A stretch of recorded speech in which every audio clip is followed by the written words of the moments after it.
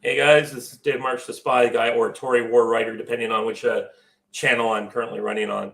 And tonight I just kind of threw at the last minute an impromptu thing with some people I know from Ricochet to talk about the election results. Back in 2022, there's a Ricochet Discord server that didn't get a lot of traction. And so I said, we should do this on the YouTube instead. And here we are talking about this. I'm joined tonight by Sisyphus and Barfly.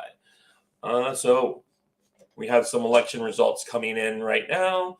The big Kentucky has not been called officially by a lot of people, but another channel that I'm watching with People's Pundit Rich Barris, he's already declared Kentucky for the incumbent Democrat. But the real interesting one seems to be the split decisions of the two Ohio ballot initiatives, where it looks like abortion is getting passed very hard versus the legalized marijuana, which is much more of a tighter race. And it, at least from what I could tell earlier, I got the New York Times map up here right now. We also have Sisyphus here who had posted on the Ricochet site about what looks to be a Satanist or a Satan supporter who is trying to get a bunch of crazy things passed through the Virginia state legislature or Virginia state schools, who's currently getting his butt kicked in the Virginia state election. So that's pretty good. Anyone want to comment on that? Or are you guys still prepping your mics? He was instrumental in just to give a little background for people who haven't heard about this before. We actually have a Satan club established at the K through 2 school, a mile from my home. So that didn't go over well at school board meetings.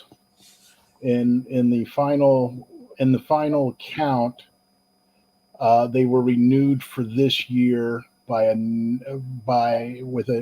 one vote against by the school board. Okay. Once it was found out that if the move they were doing to restrict the Satan Club from holding meetings would also have eliminated wrestling club for K through 2. Okay. So you got to have Satan if you're going to have wrestling, and the ACLU would have probably broken them across their knee anyway. I go to these school board meetings, and there's always an ACLU representative. Oh wow!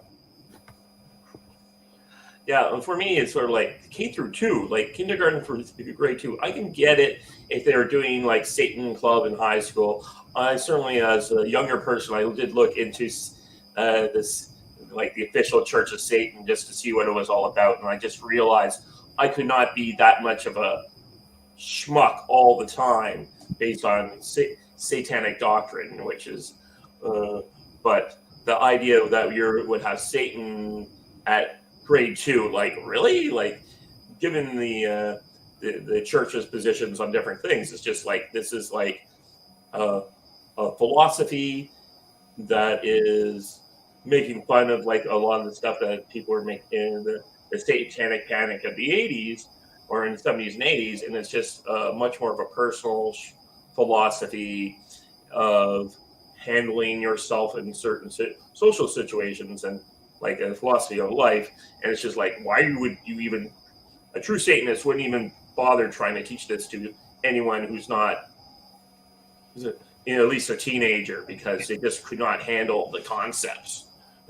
Well, the first thing I'll say is that these guys with the Satan Club, to these days, they talk about how this is a philosophical society, they're non-theist and all of this stuff. It's the same guys that 8 years ago, if you use the Wayback Machine on the internet, you'll see that they were very much theist Satanists. Oh, okay. And very proud of it. And so on. And this guy also the same guy, also makes huge contributions to the Satanic Temple, which is very much a spiritual and theist enterprise. Okay. So, there's a little blurring of the lines there for purposes. Yeah, no.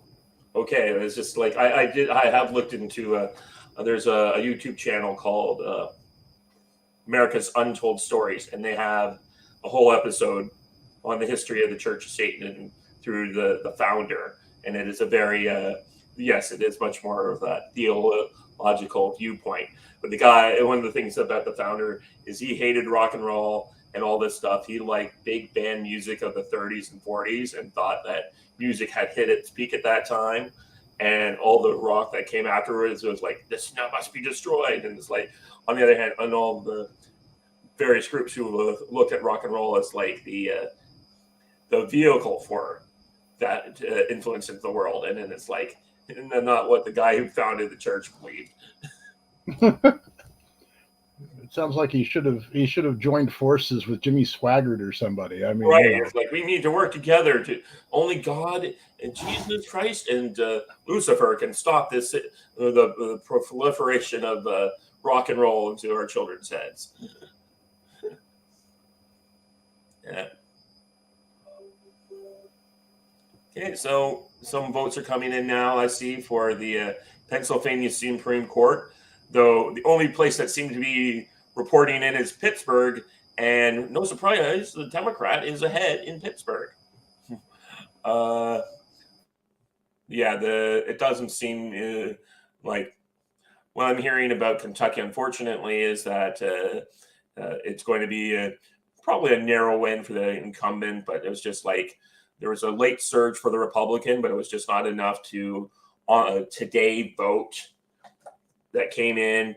Plus, the early vote has not done so, and I think that's something Republicans really need to start working on in the states.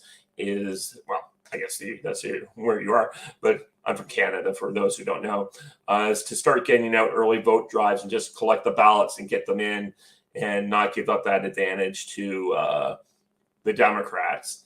And certainly something up here in Canada, the Conservative Party is all about. Every political party is about trying to get the early vote into the things. An immediate thing, and we have a very different election system here where we have what is called a writ period. So the election is like usually 30 days. There was once an attempt at a 10-week election that did not work out well for the Conservatives when they did that. They thought they could bankrupt the other two parties, and it didn't work out for them. That's how we got Trudeau. But there's a 30-day writ period. Any day during the writ, you can go down and vote at a special poll at the election returning office. And there's like 3 or 4, and there's 2 weekends usually of advance polls that people do as well. So we're all, so it's all about getting that.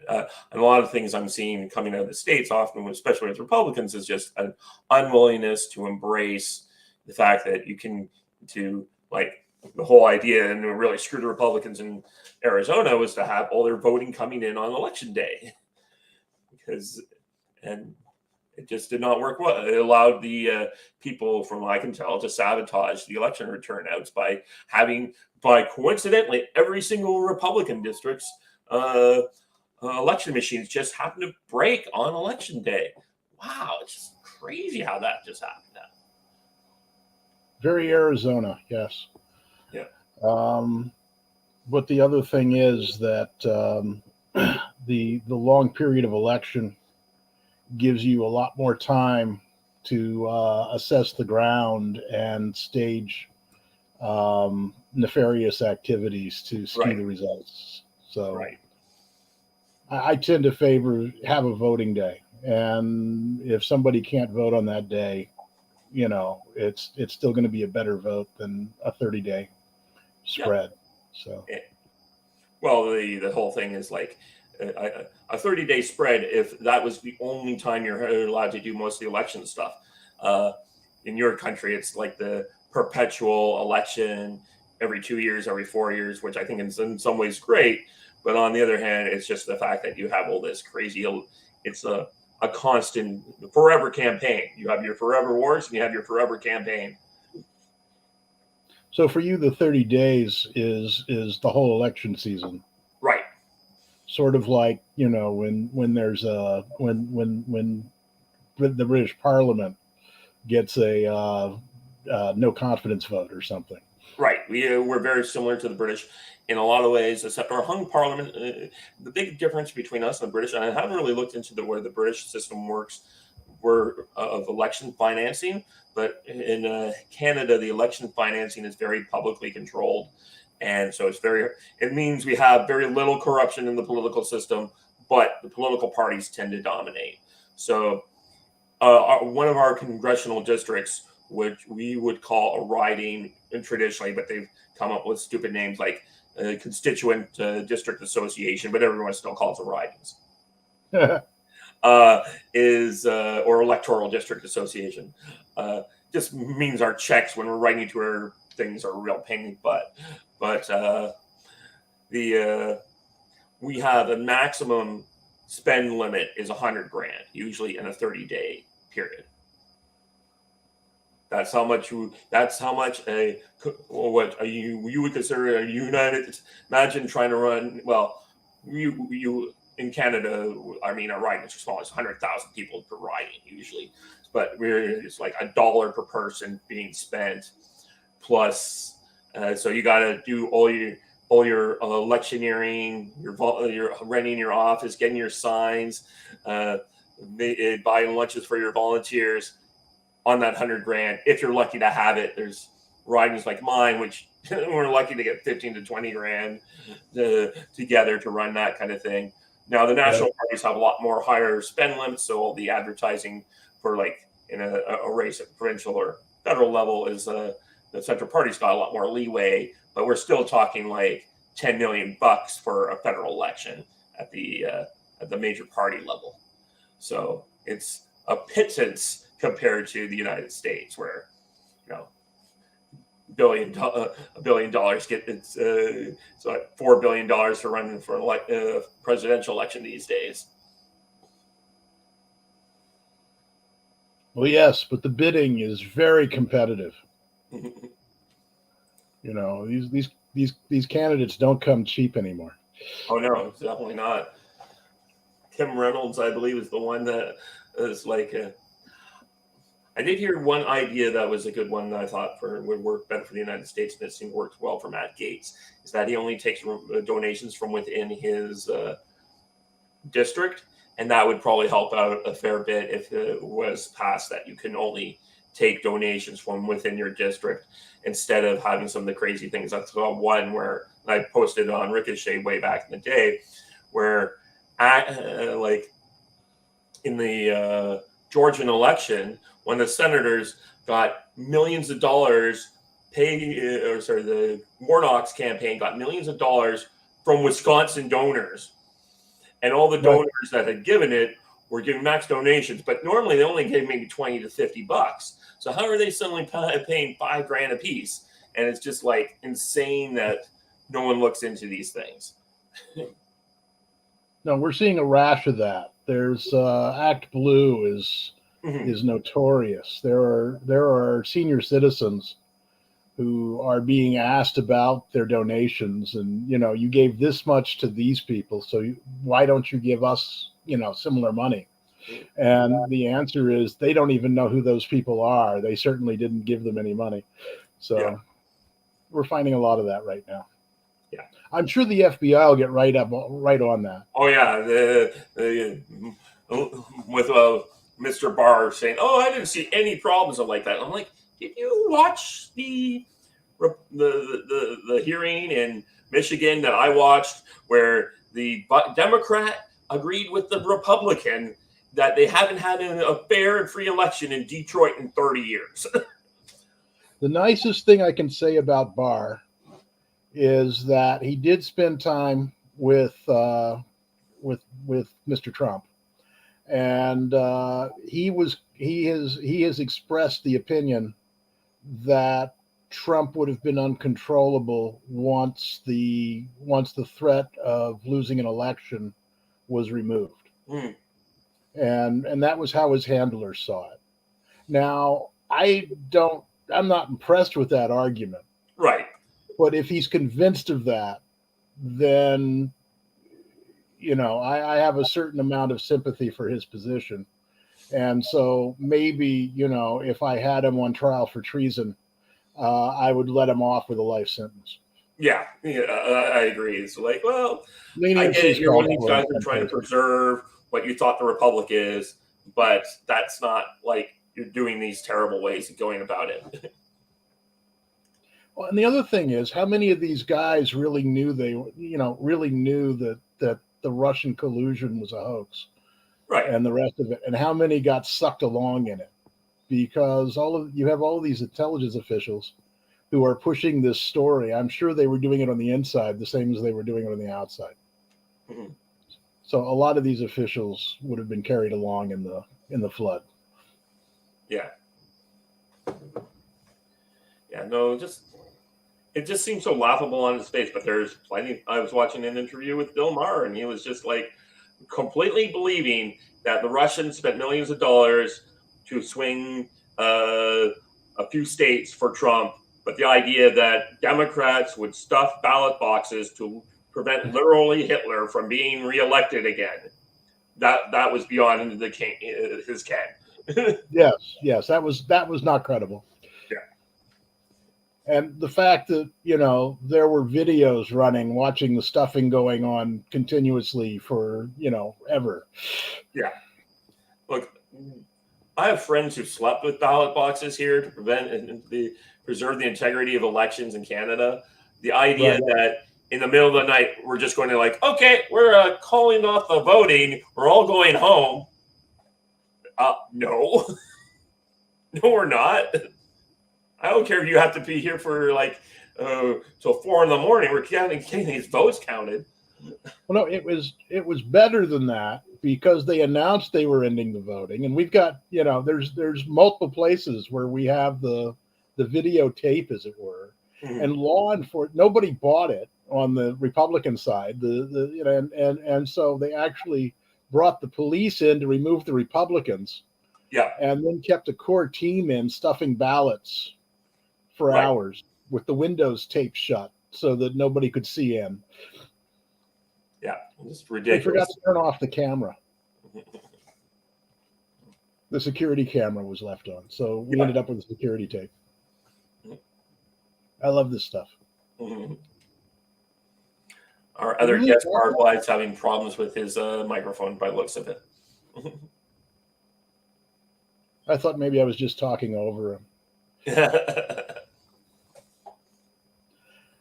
Now, on the flip side, yes, Satan is losing. But I noticed that the Democrat the Democrat running for delegate in my district is sporting a 63-point lead over my candidate. So, I take it you live in a very blue zone. I live in a very interesting zone. Oh, okay. It's checkerboard, red, blue, red, blue. Mm. I live near Norfolk. Oh yeah. I can see, depending on like the historical voting pattern, but also I would think, military-industrial complex. So right there, yeah, you've got military-industrial complex, and you have the largest incorporated city in Virginia, Virginia Beach. Okay. Which also has the institute that Edgar Cayce founded, with all of his writings and stuff. Okay. I don't think I'm familiar with Mr. Cayce. Mr. Cayce was the sleeping prophet, famous back in the first half of the 20th century. And he had a lot to say about how the pyramids were built 10,000 years ago, and how and he would talk about he would cure people with poultices. He would do this all in his sleep, talking in a monotone. And he had a very interesting track record. His history, his history doesn't hold up well to investigation, but he seems to have actually not done badly on the health cures thing. Okay. People would write him, and they would record the session. They would transcript. This was before tape recorders were commonly available. So he was an interesting fellow. Interesting. Yeah, great. Yeah, it's certainly someone I should definitely look into a bit more in the world. What is it? So the state legislature, they've got 9. According to the New York Times, 9 Democrats are winning in the state Senate. 6 have been elected for Republicans, and then 26 Dems in the House of Delegates versus 21 Republicans. Kentucky governor is within 5 points, but like I said, someone I usually follow who's pretty good at these things is already suggesting that Bashir's going to probably pull that one off. But it is interesting. We're looking at Ohio, where you have for the abortion thing, you have like 64% are voting yes versus 37% voting no, or 36 point voting no. But the legalized marijuana is only at 58%. Like, people were really split the vote on whether or not to legalize marijuana for people. Like, given how things have gone so much in the country, you would have thought maybe the reverse would have been in place, but guess not.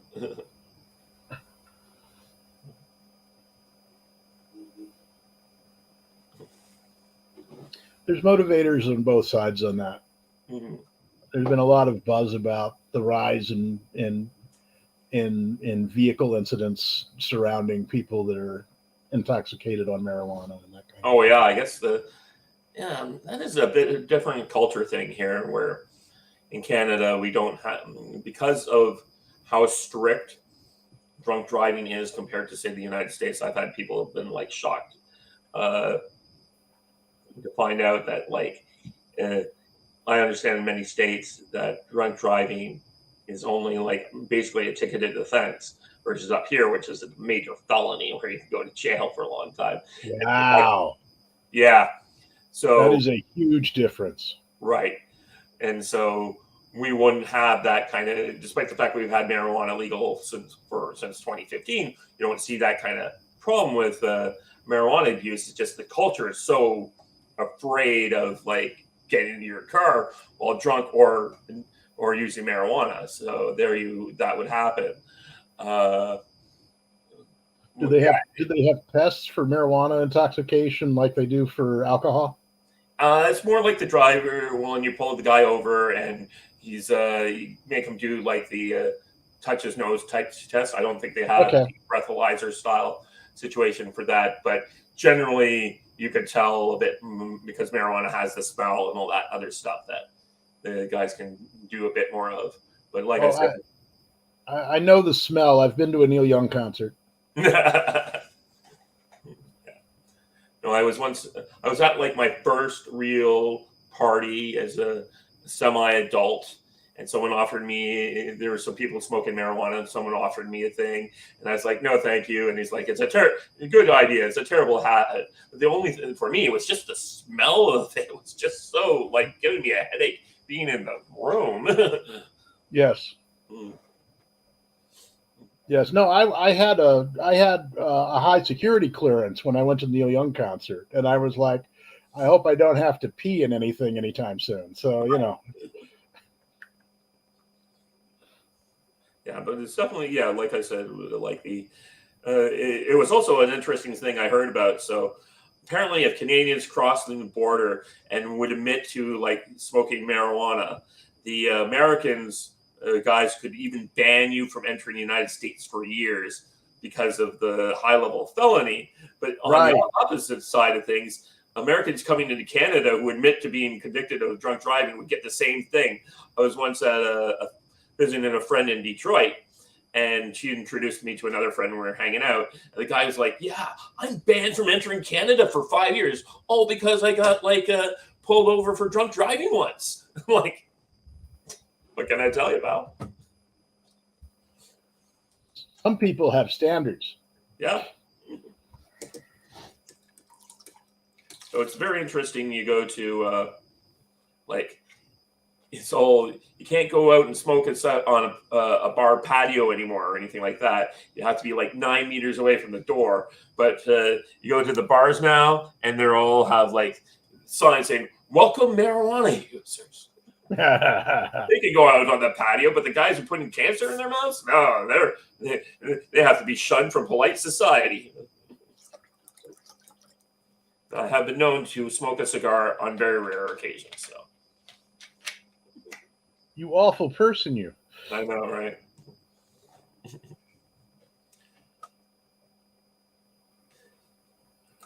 I was once looking for a restaurant and accidentally walked into a cigar bar instead. That was interesting. It was military bikers. Oh, really? Yeah, I backed out slowly.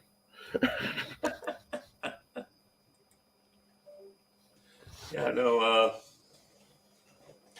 Yeah, it's very rare around here. But I was in Halifax a few years ago, and there was a person doing sorry, went to the local, like, I have a club that I belong to here in Hamilton, and we have reciprocal clubs across the country and in other countries. So I went to the one in Halifax, and they're like, the woman's giving me a tour, and she's like, "You want to check out our cigar club?" I'm like, "Sure." Is that even allowed? It's like, "Oh yeah, in this province you can. You can't have it in the same building as a bar, but you can go to our cigar club." So they took me upstairs, and they had it was very impressive, like leather couches everywhere. It was like it wasn't open yet for anyone's use because it was just early in the day, but they had 3 giant posters of 3 notorious smokers. One was Churchill, one was Castro, and the third was Stalin. They left out Groucho? No, I guess they left out. I guess it was. You got to get all the Marxists. Yep, you got to get all the Marxists.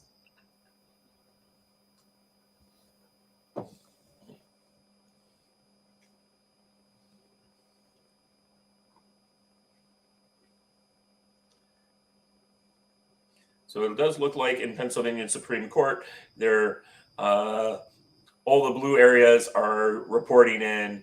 It's the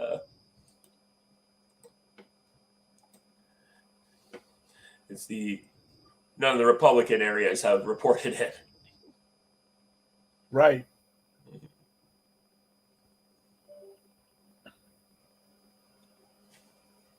So hopefully maybe that changes around. And of course, we do have another governor's race that's starting to come in, is the Mississippi governor's race. And it's only like, once again, big cities coming in, 56% to incumbent Republican,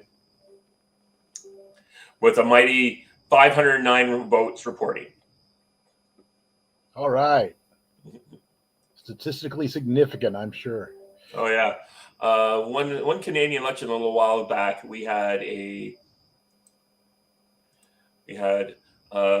for a brief moment on the screen it said independent, and I'm like, who is the independent? And it turns out the Marxist Lenin, or either the Communist Party or the Marxist Leninist Party, had all voted for their candidate in the advance poll. So for about 20 minutes, the election return results we had a communist on the board before the rest of the riding came in on their vote.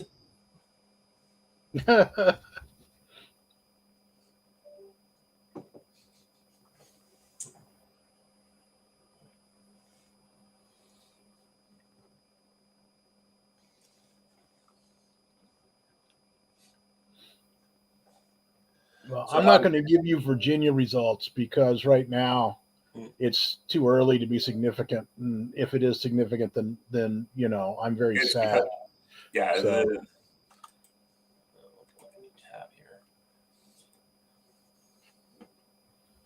what do they have here under the Virginia results?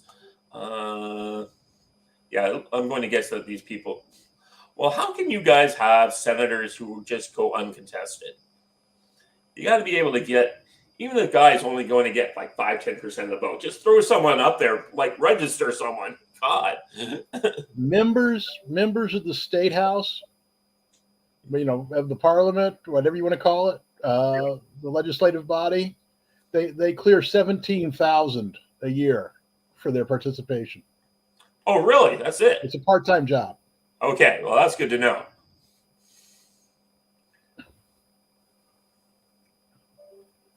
But yeah, around here, most parties will run someone just in case they win. There was like not the 2015, which election was it? One of our elections, yeah, it was the 2010 election. The NDP broke heavily across the country. They weren't forming government, but they were coming in as official party of opposition. And there was a woman who was from Quebec. She spent her entire election run basically in Las Vegas hanging out, and she returned to Canada to find she had won. And she promptly left like the NDP party, and she was like, wait, I got elected NDP, but I'm not. I just put my name down as a lark. I didn't expect to get one. And she crossed the aisle and voted and joined the Liberals. So I was like, I can't be belonging to this party. This is nuts. Wow. Yeah. That's commitment for you. Mm-hmm.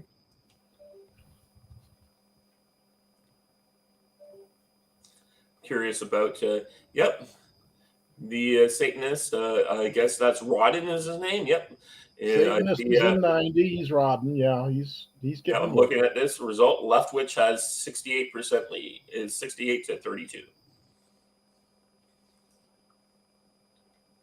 Now, who is the girl who is a porn star? Oh, I don't remember.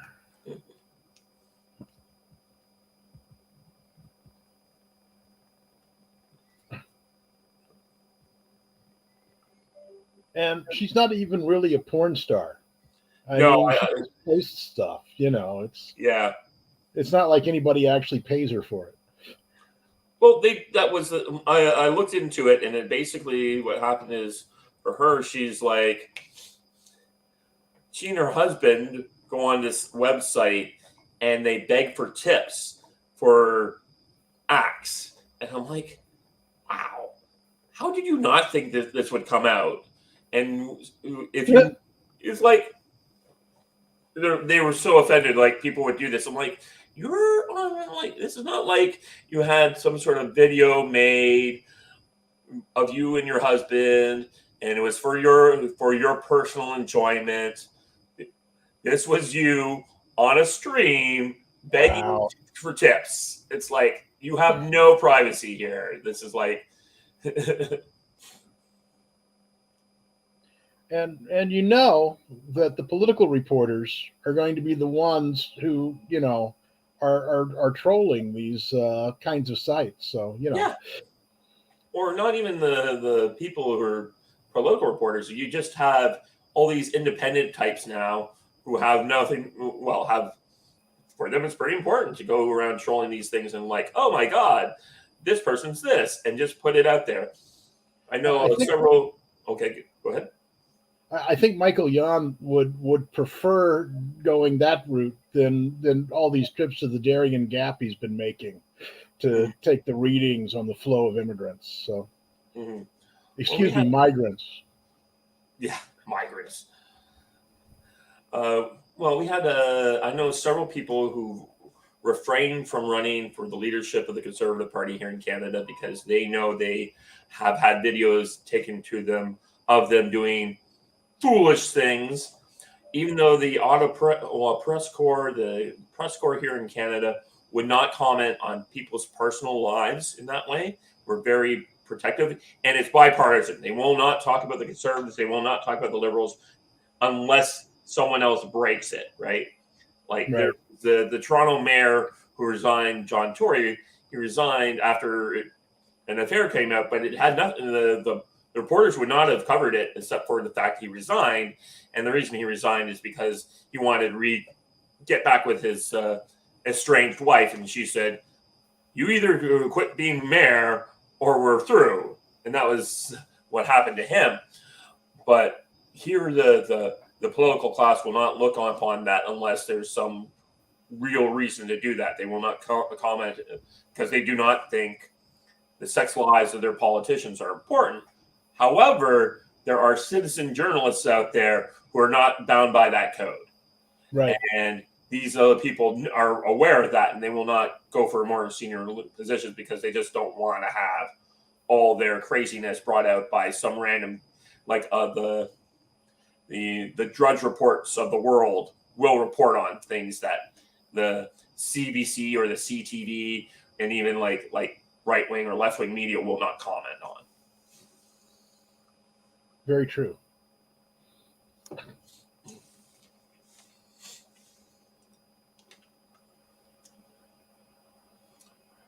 So here we are. I do like the fact that the Cameron in Kentucky is still like marginally moving it up a bit, though he just had a 1% drop right there on the New York map. But only because you said something. Yes, of course, because I started talking about it. Boom, it happened.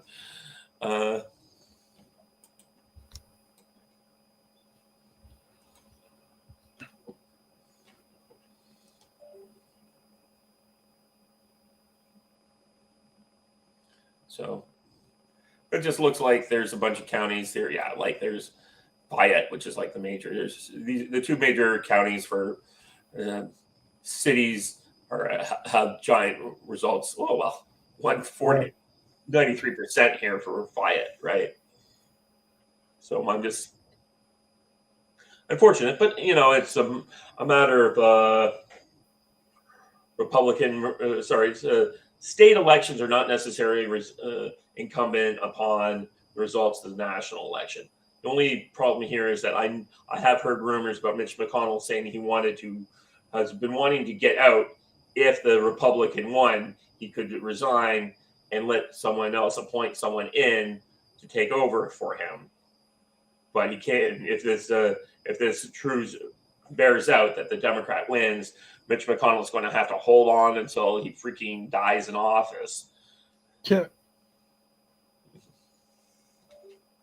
Rather than lose his Senate seat.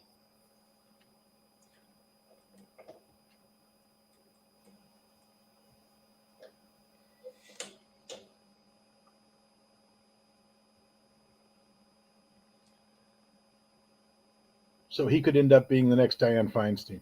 Yep, that I do believe that is a distinct possibility for him, unfortunately, but that is something.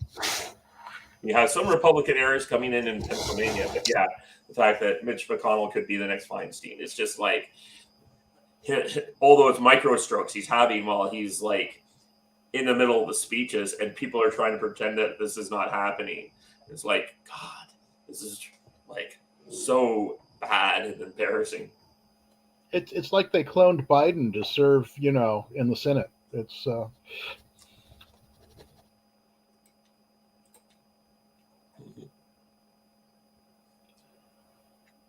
like I said, at least we have some Republican results coming in Pennsylvania.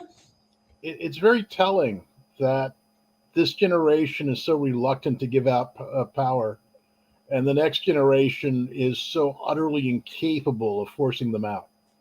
Right. Fortunately, the baby boomers do not want to let go. And the next generation, the Gen Xers, and even other generations just do not equal that raw amount of the boomers that is still there, just because the post-World War II generation just wanted to make so many kids. And the later generations didn't. And I've heard some various viewpoints on that, but basically the boomers just do not want to let go. And we're having this result, especially in the United States. In Canada, not so much. I mean, like, both Pierre Poilievre and Trudeau, whether you like them or not, are at least Gen Xers. Jesus. We do not have these 80-year-old people running things. Now, our Senate is very different. Our Senate in Canada is much more like the House of Lords. We're also, so there's a mandatory retirement age, and it's in the 70s, so people retire out. They had, when they passed it, they had to grandfather existing senators, so they could stay in office till the day they died. But we don't. The last Canadian politician in the MP realm who died in office from old age is John Diefenbaker, who was like who was a former prime minister. He loved being being a member of parliament, and he just died in office. But you do not see that for the rest of the things. You know, they do their maybe 4 or 5 terms max, and they leave office and to go on to do to have a quiet retirement somewhere. And I was reading up on Diefenbaker's last term, and he's like, his wife had died. Only thing he had left was being a member of parliament. But normally, when a Canadian prime minister retires from office, he's given the what's called the Order of Canada, which is kind of like our replacement for knighthoods here. And Diefenbaker is the only prime minister who got it posthumously because he just died in office. You can't be a member of parliament and get the order. That's just the way it works here. Oh my God, love. You have a whole 4 people watching us at home. Wow. My biggest audience ever. Mm-hmm. Okay. So, yep, still, we're only at... the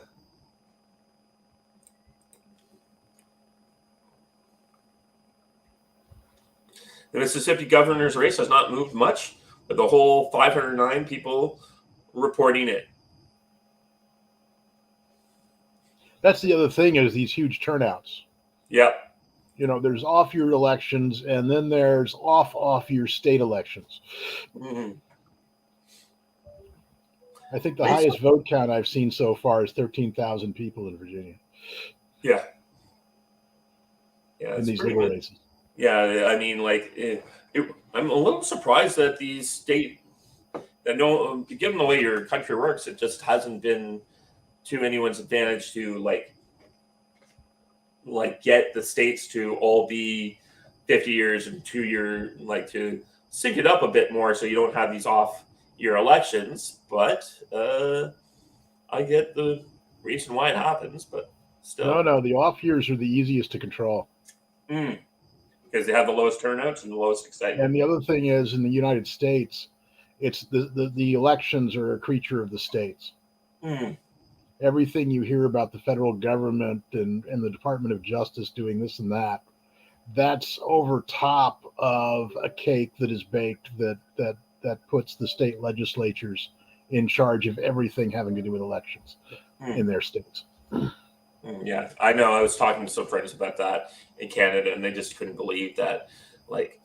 When I said to them, no, because we have federalized elections here at the federal level and the provincial level, those elections are handled there. And we have not a vast, but a large bureaucracy called Elections Canada and Elections Ontario and Elections by province. And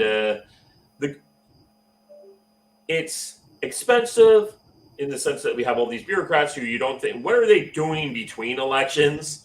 And some of my old political mentors, they have this, I've been to Elections Ontario building multiple times. It's this giant thing out in the middle of Scarborough, and they have 4,000 people working there, and they do an okay job running the election. But what are they doing in between for the 4 years in between? But on the other hand, we're just not going to have any of the crazy shenanigans that happen in the United States here because of that control, that bureaucratization. In fact, in 2015, when the year Trudeau got his majority government, our election was interfered by not by the United States, but by the Tides Foundation, who illegally spent over the limits in 25 ridings.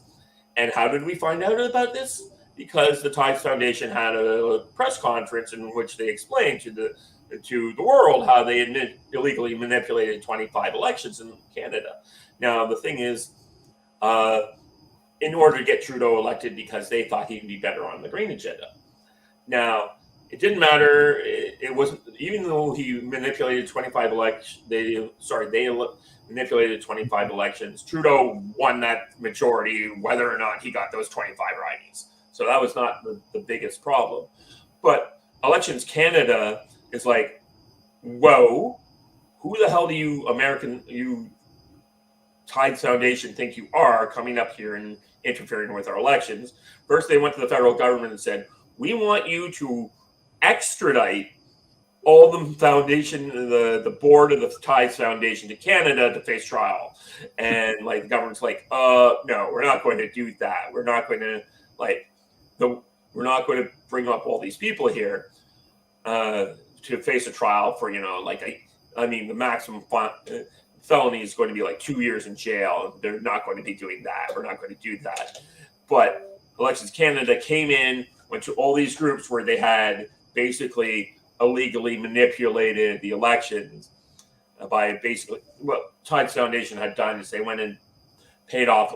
They founded a bunch of left-wing groups, gave them money over the campaign election limits to electioneer, to do registrations, to do all these things, to do like that. And they broke the cap limit of $100,000. And well, that election would have been 220, but they broke the limits. And so Elections Canada came in, went to all those groups, said, we're revoking your tax exempt status, we're banning you from operating in Canada, and we're hitting all your leaders with personal fines. And in Canada, a personal fine is something you have to pay off until you're done. We'll garnish your wages to make sure you pay it off. You can't go to a bank and get a bank loan to pay $50,000 to pay off these debts. This is going to hit you. So they went and shut down all these groups.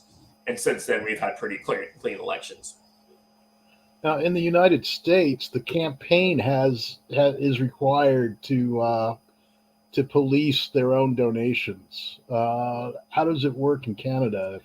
If you generally you have to return all donation. There's like a good example is in Ontario. In the first Doug Ford election, there's a riding that's known as the riding from China. Whoever gets elected there as an MP, member of provincial parliament, is really a lobbyist for China at this point. Right. And so they held a fundraiser there. They raised $100,000 over this fund, the limit, and the Ford government sent all the excess donations back to those people and said, "Hey, you can't be giving us this amount of money." And that guy, because it's publicly known that this is the situation, you keep him off of any sensitive committee, right? You know what you got there. That's fine. But so they had to send the money back. I know Trudeau had a big problem is that in his first year or two, Chinese businessmen were buying, maxing out their donation in his riding. And it's like, guys, I get it. You want to help us because we're the governing party, but can you spread our donations out? The Justin Trudeau is a leadership riding. He doesn't need 200 Chinese guys giving him $1,500 max donation piece, especially because of the campaign spending limits. But also, it's just like spread it out to our other riding, because it used to be, at least about 10 years ago, a riding could give money to other ridings in the area. You had my riding where the conservative leader would send money out to all the other places. They're not allowed to do that anymore. It's considered a loan, which is kind of sucky. But so we've had to figure out ways to make sure that telling the donors, actually, could you give it to this place instead of this riding, the leader's riding, because you can't spend all that money.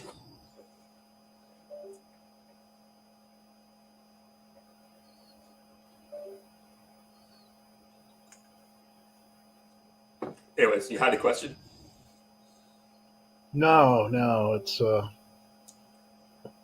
so what? How was this transition done in the House of Lords in your version of the House of Lords? We have something called we And have what this. did they end up with?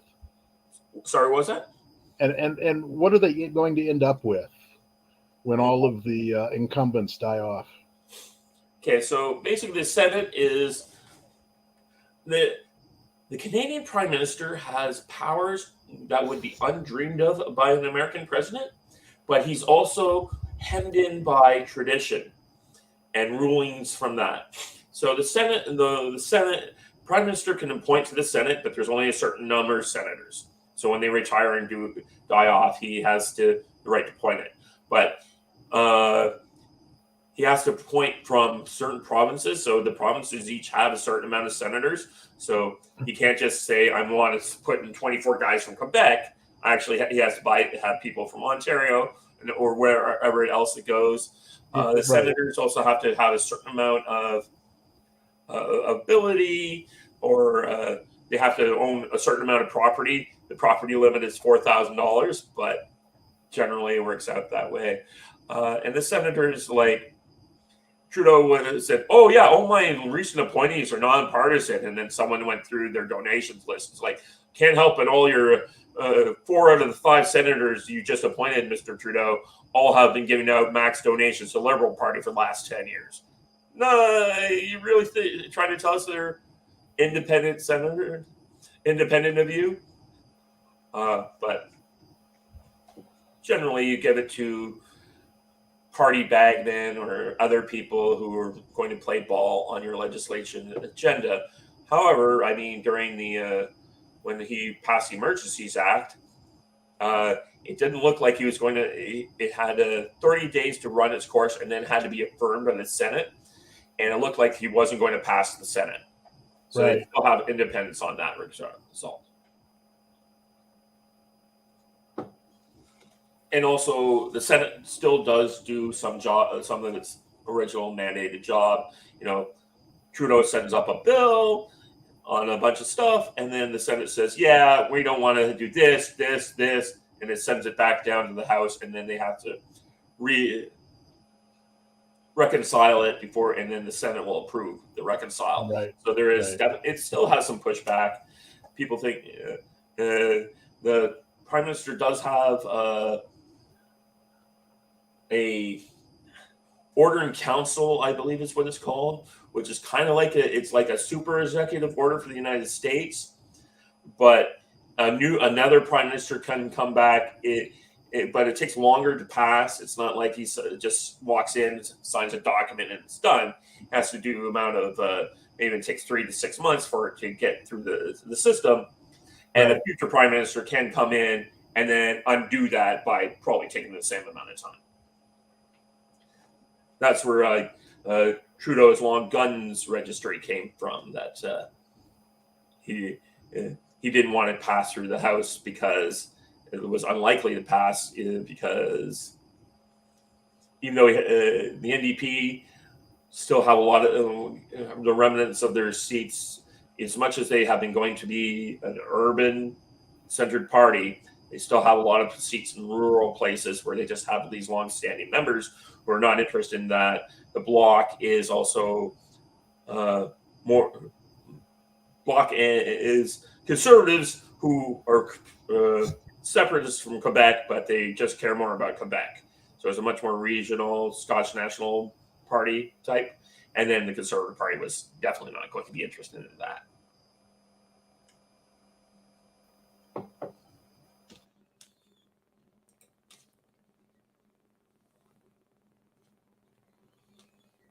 Well, so the Kentucky governor's race looks to be a 5-point win for the Democrats of this, with 75% of the votes in.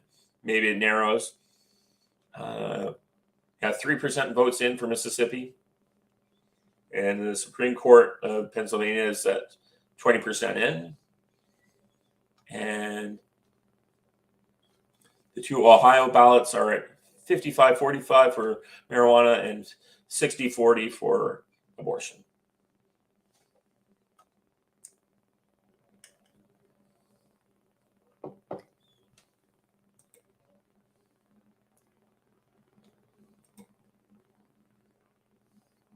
Oh, the Republican has gone to the lead in Mississippi.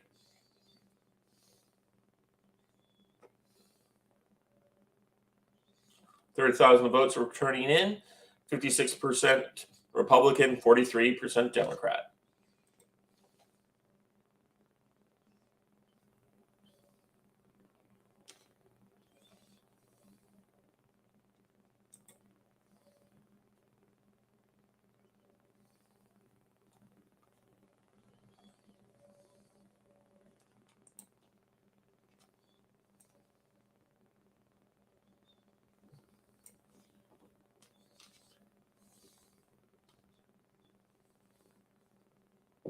Any thoughts on the results?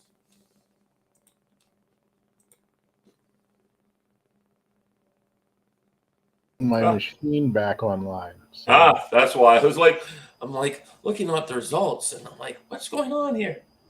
No, the machine is so excited over the events of the evening that it blue screened. So, Yeah, right. That's what I get for trying to use a Windows box to do this.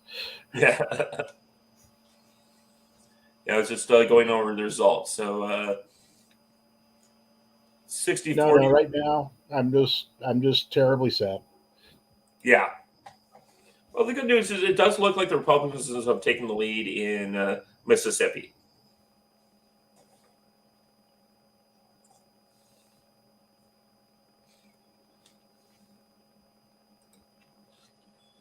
Yeah, I'll hang my hat on that. That's good.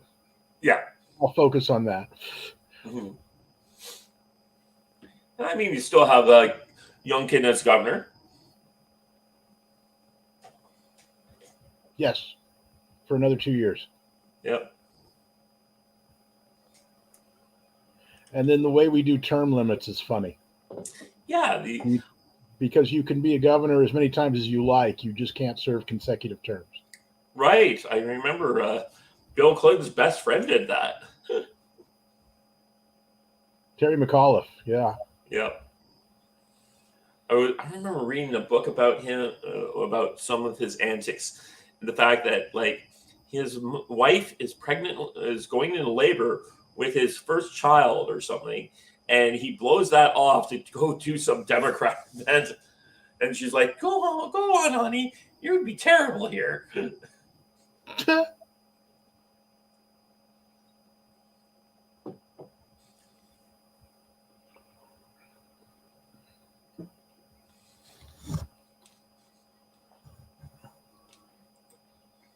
I don't want you hanging around ruining the delivery of your first child. Get out of here. Oh, okay. That's right.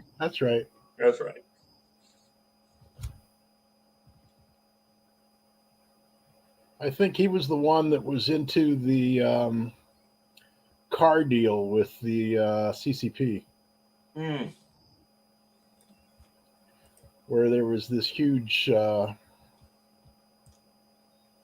he had shares in it, and we're bringing people in and giving them lining them up with federal money to sell cars. Cash for clunkers.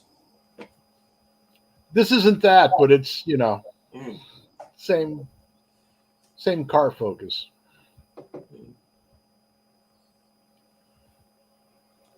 Not as much fun as when Obama went through the list of car dealerships in the United States to decide to get rid of the ones that donate Republican. Wow, that was classic Obama. Mm-hmm. Oh yeah.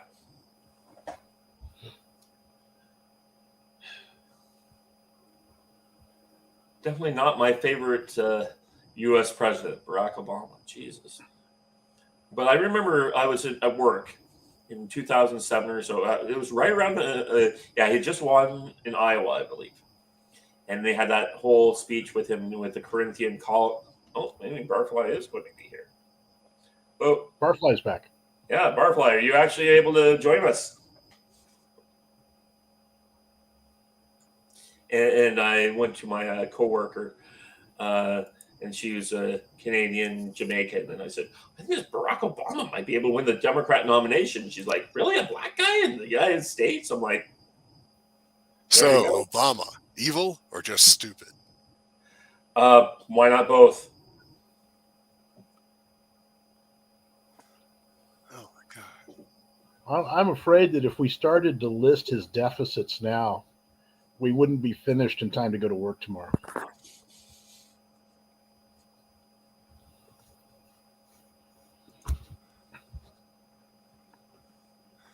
The I was delay working in here a is federal office incredible. building when he was elected, and Oh my God, we have Barfly and Brian Stevens joining us. cool.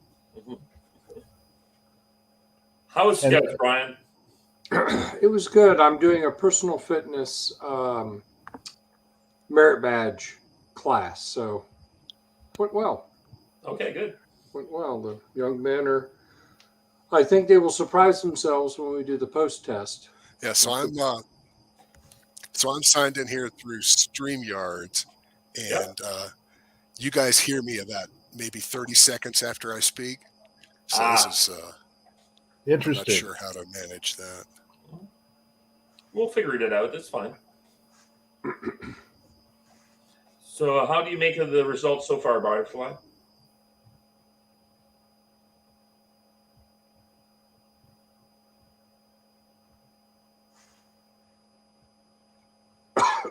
As we then wait 30 seconds for him to respond. Right. I have been regaling Sisyphus with the difference between Canada and the United States. It's been an interesting last hour.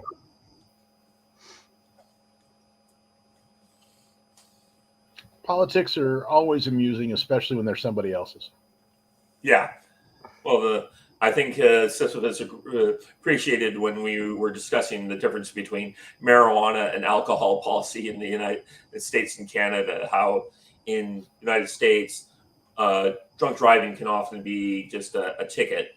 And in Canada, it's like a felony with multiple year sentences. Wow. Yeah. I thought the core difference between Canada and the United States was Canada was where all the Tories went after the revolution. So, yeah, a fair amount. The lower to middle class Tories ended up in Canada, and all the rich guys ended up in Bermuda.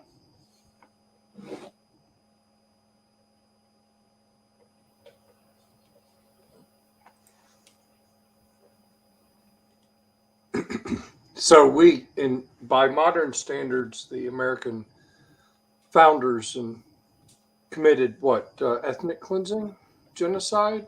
What is that considered these days? Definitely ethnic cleansing, I think, is more the proper description of what happened. Well, or population movement, stuff that the Soviets did at the end of the Second World War, where they went in and basically said, you know what, we're going to carve out this whole portion of Eastern Prussia and give it to the Poles. We're going to take all these Eastern Prussians and move them into East Germany, and now you all have to live with our decision. If you don't like it, we'll kill you.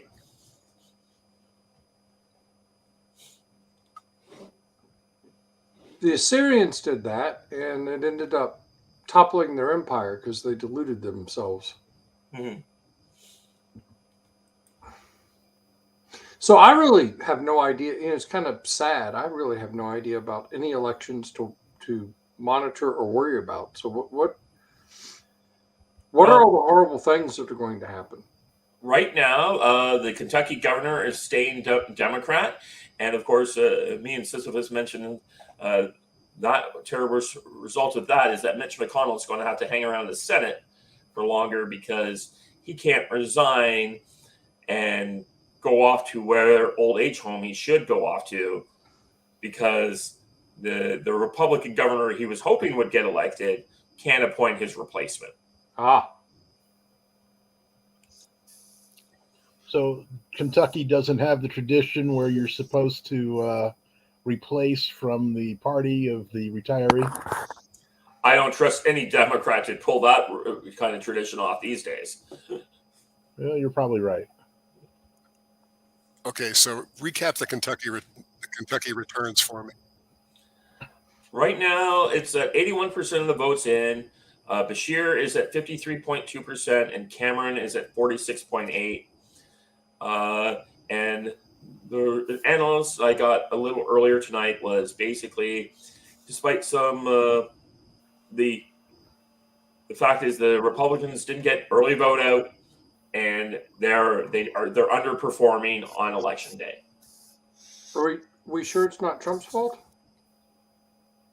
Of course, it's Trump's fault. Mm-hmm. That's all I know is every time that Republicans don't do well since 2016, it's Trump's fault. Mm-hmm.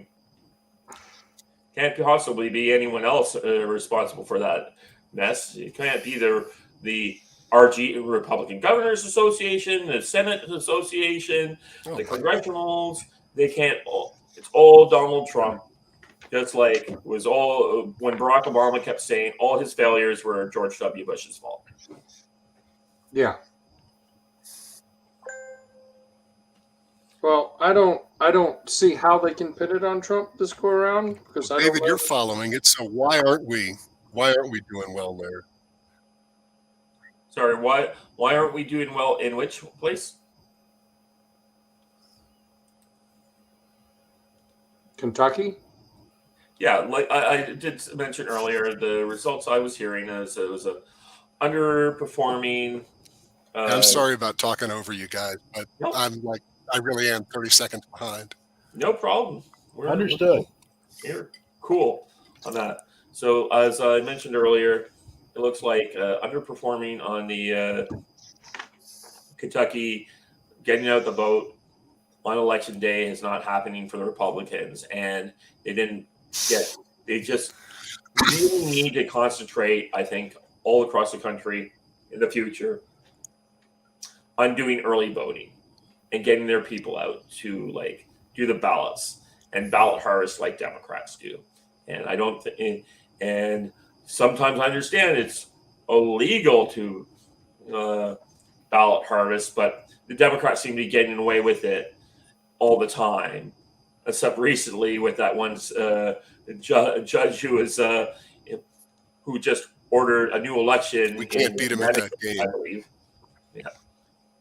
We need to change the game. We can't win at that game. I think that's one of the problems I do look at, like coming out from outside the country. We can't win at that game. Why not? Go win. Go try and go compete. My understanding is that really what's happening is the Democrats have achieved the maximum level of their game, and that if the Republicans and conservatives would get out and just reach out, they can outperform. But they haven't been willing to do that because it's an underhanded game, and it's not how voting's supposed to work. And right here's we're the committed thing. to the system that that the country I've had for had some 200 exposure years. to this on the ground, and it turns out that Republican voters tend to be rules following, and Democrat voters tend not to be. So even if the Republicans are staying inside the lines, if something looks unethical, if there's an appearance of doing something wrong, then the Republican voters dry up. It's a real problem. Precisely. Well, what's the alternative? I'm finding it hard to believe that would apply to hardcore Trump voters. That's true. Or Tea Party. I think there's a whole bunch of Republican voters out there that are more than willing to say, we don't care. We want to do whatever it takes to win. And the whole, to use the cliche, Marquis of Queensberry rules, and we have to be gentlemen, and don't, heaven forbid we're rude, or whatever it is. I think there's a whole bunch of Republican voters that are like, they're tired of playing to lose and want to play to win. And the more those people, voters you really don't want those people to say, okay, we'll do whatever it takes. Once things get that far to push those people to that point, everything's different. Well, you might start winning elections. Yeah. What would happen if we win election? I mean, if the alternative is to do nothing but lose elections, and we're always going to lose elections, as they say, in the same environment that's busy when the Justice Department and the FBI are colluding to suppress speech. So if I don't get a say on a soapbox, as they say, and I don't get a say at a ballot box, how do I get my say? And so I think that the decorum con, whatever it is you want to call it, but the whole, we can't go as low as the Democrats group, I think that's courting something much, much worse in the long run. You're right about MAGA bringing a different perspective to this. And my experience predates MAGA. It dates back to Tea Party. The big problem we had was we would get Tea Party candidates in, and by the time they were ready to run for re-election, the machine had absorbed them. They were now GOPE. It was an amazing transformative thing.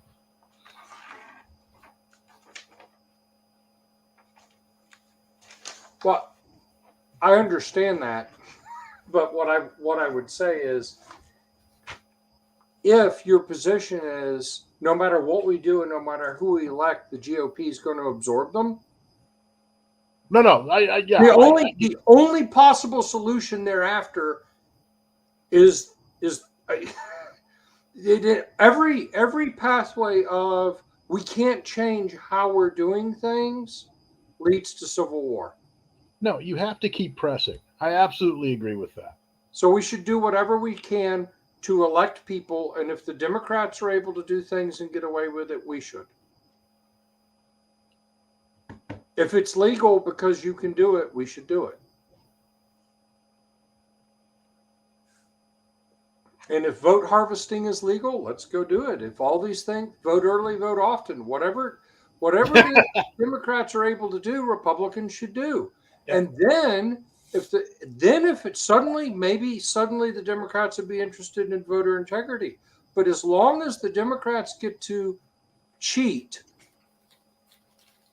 and have no consequences, we're going to lose elections. You had me right up until you suggested Democrats getting involved in being concerned about election integrity. Well, you had me right up to that point. Well, I mean, but the thing is, why should they be ever interested in election integrity when they get away with what they do? Right. I think you just have to look at the imbalance in law enforcement with regard to the two parties. I mean, we're not going to go away with anything. I mean, we have a president who's being grilled by the judicial system over, things he said in a loan application. No, I'm with you. So I'm with you 100%. Why then do we think we can't get Republican voters? I don't know. The people I see who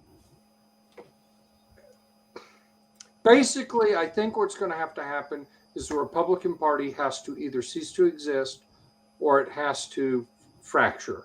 And the Republican Party has got to get rid of the decorum cons. Yeah. Or there's got to be a new party. One way or the other. The Whigs died, parties die. But as long as the people running the Republican Party are okay with the status quo, right? I think David, I think when you and I were talking in a game once, you put it very succinctly. The people who are elected serve the donor class of the Republican Party. Right. And the donor class of the Republican Party are perfectly fine with the way things are because they got a gravy train. Mm-hmm. Except Trump doesn't play the game, so they're not satisfied with having Trump play. Correct, because he doesn't need to. He's so rich, he doesn't need to give a damn what the donor class thinks. Well, it's worse than that because his pride wouldn't let him be bribed. Even if he needed the money, he's so proud. Well, hey, can we say it's pretty cool to have a leader who's so proud and so that he doesn't need their money? Like, half the reason why I think DeSantis is losing is he took that $10 million bribe from Rupert Murdoch. And I don't care anyone knows that. I will straight out say those are bribes. Those book deals are freaking bribes. Of course they are. Well, now, I would say this about Trump, though. I would not put it past Donald Trump to take $10 million from somebody and then turn around and do whatever he wants to. Yeah. And if the person complained, his attitude would be, "You're a chump for thinking giving me a bunch of money would change anything, you moron." There it is. Yeah. He is a delight from that respect. I lived in D.C. for over 50 years. Yeah. You know, so just ultimately, there's a whole bunch about Trump I haven't liked, but he's the only one that seems to care. So it's kind of interesting. One of the things I think about is Ronald Reagan is the president I first remember. Maybe they did it before. I was only 10. But the whole blue terry cloth dress shirt, no tie, no sports coat with the sleeves, rolled up. Out being one of the people. Now, it really worked for Reagan because the man went back to his ranch and split wood for fun. Right. Right. But you see this. Obama looks to me, Obama dressed that way, looks like an idiot, but they all do it, right? Yeah. Except Trump. Trump went to everything like a Manhattan developer. He was always in his suit. He's always in his tie that he doesn't know how to tie because it's too long. It's supposed to stop at your belt, but his doesn't. And he didn't change how he dressed at all for people. He's just, hey, I'm Donald Trump. Look at me. And it reminds me of I had a coworker, and she was as upper middle class white girl as you could be. She worked really well with some of in our community services system with these black, poor, broken family kids. Why? Because she never pretended to be anything other than what she was, which was as square as it is possible to be. But she was authentically herself, and so all of these adolescent kids accepted her. And I think that the Republican electorate is they're done. They're tired of being lied to. They're tired of being told lies, which basically boil down to shut up and vote. Yeah. That's something we've talked to, me and Sissy has talked about a fair bit about the difference between Canadian and American system. And it always shocked me. It's like the Donald Trump vote is the same kind of vote as Pat Buchanan, the populist vote.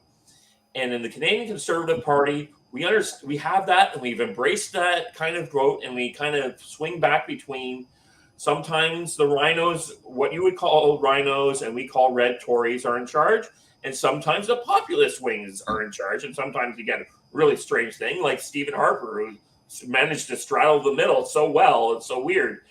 But I was watching several interviews. He had one with Jay Nordlinger once, and he was just like, Jaden's like, I think populism and nationalism are two terrible things. And Stephen Harper's like, well, I'm a populist and I'm a nationalist. And Nordlinger's like, what? It's like, what do you expect? I'm like, just because I come across as a technocrat doesn't mean I don't understand that these two things are very important. I have to embrace them to be a winner. And that's something we see up here, is that we have our new leader, Pierre Poilievre, who's embracing both those things. But we have this tension between the two. But in the Republican Party in the United States, it's like, we're happy to have the populists along. We're happy to give them they can volunteer, they can give money, but goddamn, they should never be allowed to have a say in anything.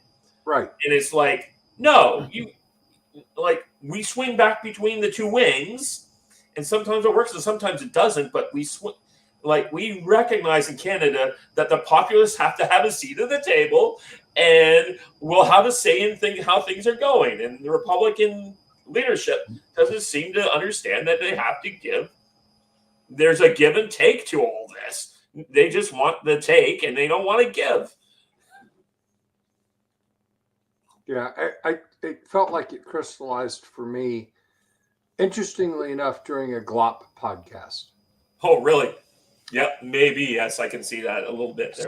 So it was a GLOP podcast, and John Podhauser was ranting about Republican voters being so stupid as to be upset that politicians lied to them. He's like, yes, they lie. They lied to get elected. I don't know. Basically, I don't know why these people are so pissed off about that. It was the last GLOT podcast I listened to, because I'm like, I don't need to. First off, for people that follow popular culture, having an entire episode talking about New York theater was just like, that's not popular culture. That's as elite culture as it's possible to get. Yeah. But what ultimately kind of blew my mind about that, it's like, wait a minute, you basically are holding voters in contempt, and it was clear he held people in contempt, regardless of what Blue Yeti or any of the other people that are his friends. I'm sorry, I get you, your friend. You want to defend friends, but Scott's gone. Like, I'm probably never going to talk to that guy again. So there's that. I know, but I know I still have a special place in my heart for him because he treated me pretty poorly. Yeah. If you're going to hold people in contempt because they're unhappy that the people that they voted for and gave money to lied to them. I mean, I stopped donating back during the Bush administration to like the RNC because they couldn't get judges approved. You know, what we heard was wait. Well, we had the trifecta. No wall got built. Obamacare was not repealed. We got a bunch of judges. That was nice. But I don't know. I've gotten to the point where it's like, yeah, whatever. Y'all can say whatever. You can do whatever.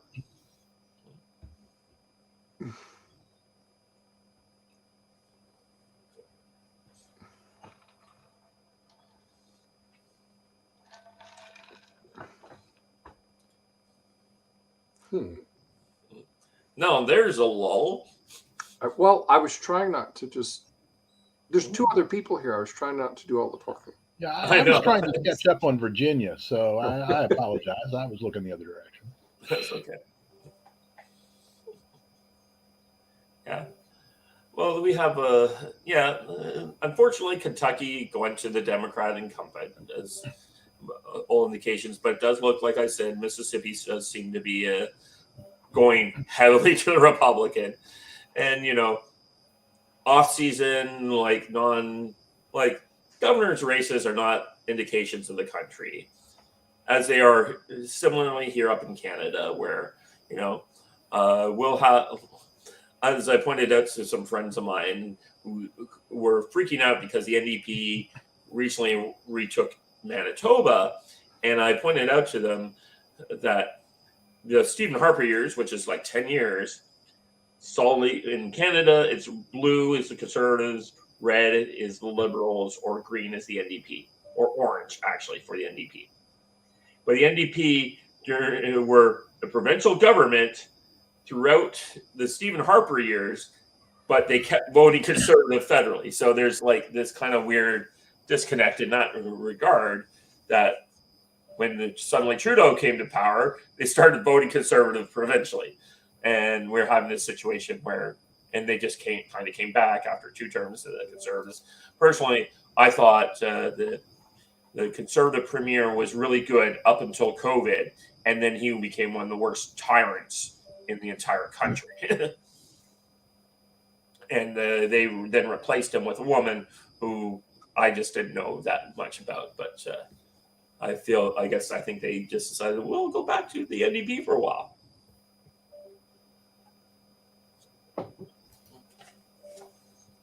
I guess I didn't know where I was going with that. Well, what it means is that just because the Kentucky is going to stay the way it is, it doesn't mean we should, I guess, give up all hope in 2024. Yeah, that's exactly where I was trying to go with that. All the indications I'm seeing is that Trump will probably, despite all the fire coming against him, will probably be the president in the next election cycle unless he's killed. Not in spite of, because of. Yeah. If Well, he wasn't getting hammered, however, he's getting hammered. one of my best friends has been predicting that he will be killed.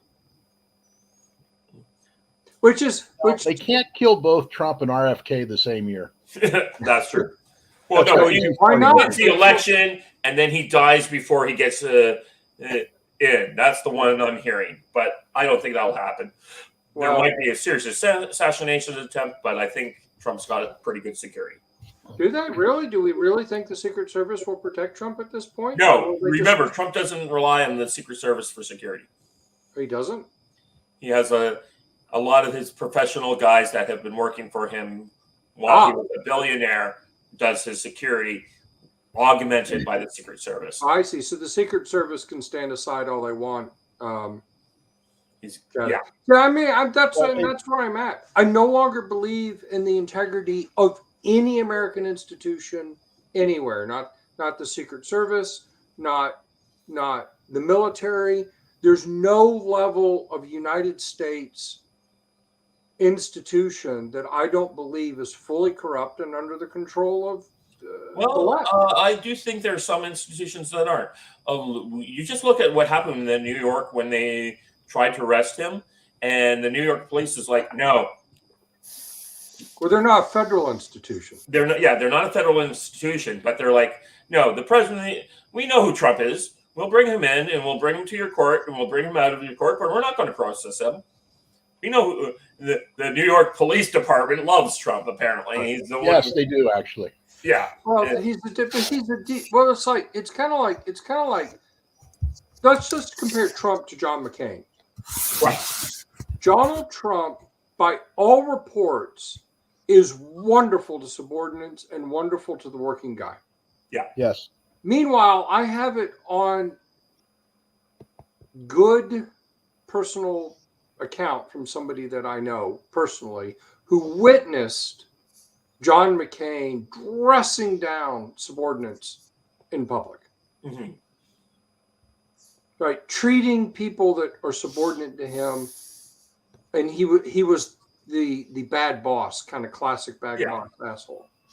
Yet John McCain is the darling of the intelligentsia of the Conservative Party, and they hate Trump, right? So every negative thing they all say about Trump, how horrible he is, character and everything else, character matters. Well, if character matters, John McCain was a loathsome human being, because how you treat your subordinates, to me, is one of the most important characteristics of any that you can judge any human being by. Absolutely. If you treat the little people and you're an asshole about it, that says everything I need to know about your character, and it means you're a loathsome human being because you do not treat the little people well. Trump treats the little people well. Yeah, absolutely.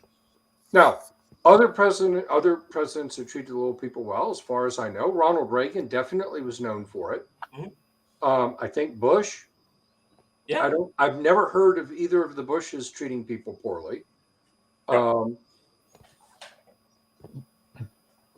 John, don't get me started on Mitt Romney. Yeah, no, I hear that I've been told by Rich Barris that I need to read his book, his autobiography, because it's very illuminating on how Romney looks at other people. And I'm like, wow, okay, that's... Romney was part of Bain Obama has a problem wearing out chefs, I think. What? Why? Just because his personal chef ends up drowned in the middle of the Chesapeake Bay is not like any indication that Obama's terrible to his staff. Whether or not he might be more close to that guy as well. Well, yeah. Yeah. And we just know Bill Clinton was loathsome. It was a duck pond. Well, I can report that the Mississippi governor, Reeves, is up. The Republican incumbent is up by 14 points. That doesn't surprise me. If you need, a morale boost, the It wasn't Chesapeake Bay. Well, whatever the hell. Chesapeake I'm Bay. Canadian. I don't know your geography. Well, actually, it was like 5 feet of water. It was really strange. Yeah. Well, that's okay. I can't believe Manitoba to Bashir me lost. could have been in That makes Canada. no It could have sense. been in Africa. Or Bashir won. Still makes no sense. So Satan is losing in the 90th Virginia district. Okay, And- that's good to know. And the Richmond casino bill, the referendum on the Richmond casino is going down in defeat by 20 Really? points. Okay. Yes.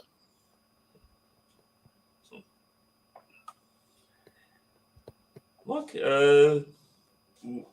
unfortunately, your Republican Governors Association has a really terrible track record of winning key races for you because they seem to be hell bent on sabotaging. I'm surprised by that. I'm There's lots shocked. of Indian tribes around there they can victimize. When you have Chris Christie as your lead lawyer to fight all the legal battles.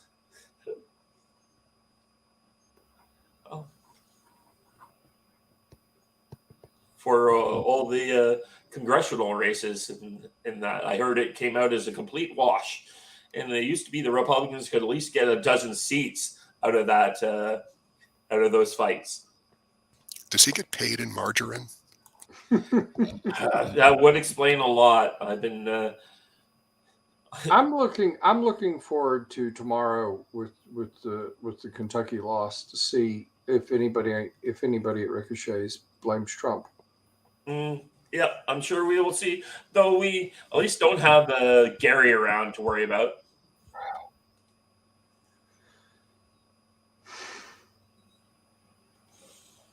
I guess. I miss Gary. Yeah. Oh wow, your arch nemesis. You suddenly miss him. Well, He's It's a been state a- workout partner. it's been You're stealth, Gary. my arch nemesis has been a steady degradation. Well, I can't find anything about the Woodland Park elections yet. Maybe it's just too early. Brian, if your arch nemesis continues to be somebody of lighter and lighter, that's victory. Oh, but it's less fun, sir. Right. Gary Cole was a Fred Cole? Fred Cole. Yeah, sorry, Gary Cole is an actor. Yeah, Fred Cole was a worthy opponent. Jamie Lockett. Those are people. Of course, Fred left and Jamie got himself banned. So it's. Well, Fred I'm was working just on it. over the top obnoxious. Yeah. Yeah, my big problem, and I fought with Fred Cole on multiple occasions, even though at one point we were both on Team Cruz, and he shouted me out in the new community newsletter saying, because when Cruz won the Iowa caucus, but I was like, Fred was a "Holy-" little sociopath. Sorry, what's that? He's a sociopath, is what. Oh, That's okay, true. yeah. What? It's like And Cole. Cruz was trying to capture that Canuck vote because that's so central to it. Hey, he's a fellow Canadian. He was born in freaking Calgary. What can I say? But for me, Cole would come on every Friday night, and he would with his editorial or his commentator control, would just dump a giant post on the feed and 200 messages, and was just this giant fight. And then people would say, we want to have a positive view of Ricochet for people. I'm like, then you need to stop this Fred Cole from sabotaging the main feed every Friday. And also my other issue with him was, I'm like, he would come out and complain about Trump doing blah, blah, blah. And I'm like, if Ted Cruz had done that, you would be celebrating it. Yeah, there was a lot of that. Yeah, it's like, he's like, Trump has pulled out of the Paris Accords. This is the world's greatest problem. I'm like, if Ted Cruz had pulled out of the Paris Accords, you'd be celebrating. Isn't that true? crickets. I'm like, yeah. Yeah, crickets. I always said what I would do because he pretended to be a arco capitalist. Is that or arco? Anarcho-capitalist. Wow, I've never thought really him being that way. Well, so my ultimate argument on that was if I had I was like super rich and had the money, right? Find out where an arch-arco-capitalist lives. Go to their city or town because it's probably not a big city. They probably live in a suburb. Dump as much money as necessary to get zoning changed and build a pork rendering plant near their house. And take them up on their beliefs, right? And if they move, if you've got the money, you just chase them around the country until they're using government to stop you, the force of government to stop you from building a pork rendering plant next to their house, because according to them, zoning is evil. Mm-hmm. And say, I'll stop just as soon as you admit you were wrong. So now, granted what that reveals about me, that if I had the power, I might be quite, petty. I know, Dave, that doesn't come as any surprise to you. Since David and I have done some role playing games together, that you start to learn that sort of thing about certain people. Well, I'm looking at the Virginia House race here and it does seem that the Republicans might be narrowing out this to be like a very slim majority once again in their House. Oh, well, that'd be good. It stops crazy stuff from happening. I mean, Georgia's so weird. I mean, we've had these governor's races that are close, but the legislature hasn't been close at all. Because the rural parts of Georgia are like, there's no way. Right. Yeah. Often I think about moving down to the States and I'm thinking rural Georgia might just be the right mix for me.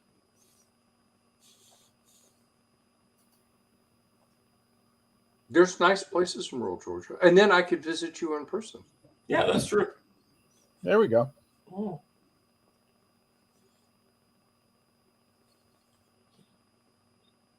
No, Georgia's a right to carry state, so you don't even have to get CCW to have your gun. Yeah, that's the thing. I'm definitely not a handgun person. Now, I've only fired 3 guns in my life. When I was in Vegas, I did the battle style grid pack. So I did the Sumi battle rifle, the Tokarov, and the PPSH. All right. If you're ever down here, we will get with Matt and take his arsenal to the firing range, and you can. I promise you, we can find a pistol that you like. Okay. I'm sorry. Firing a 1911 is a rite of passage. God, it's a powerful experience. All these, especially if you got a bunch of people firing pistols on the range, and you're hearing the 9mm fire and. 380s, and then the 45 is just boom, boom. What on earth?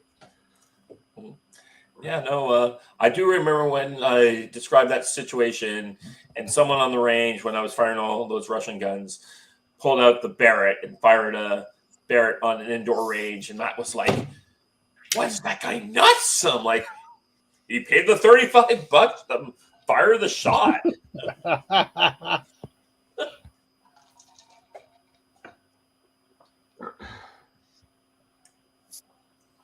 Yeah, it's so weird. There's a guy online I watch called Ricochet on YouTube. He's a naval historian. He also his other hobby is reenactments. Of course, not being the United States, it's medieval reenactments as opposed to like Civil War reenactments.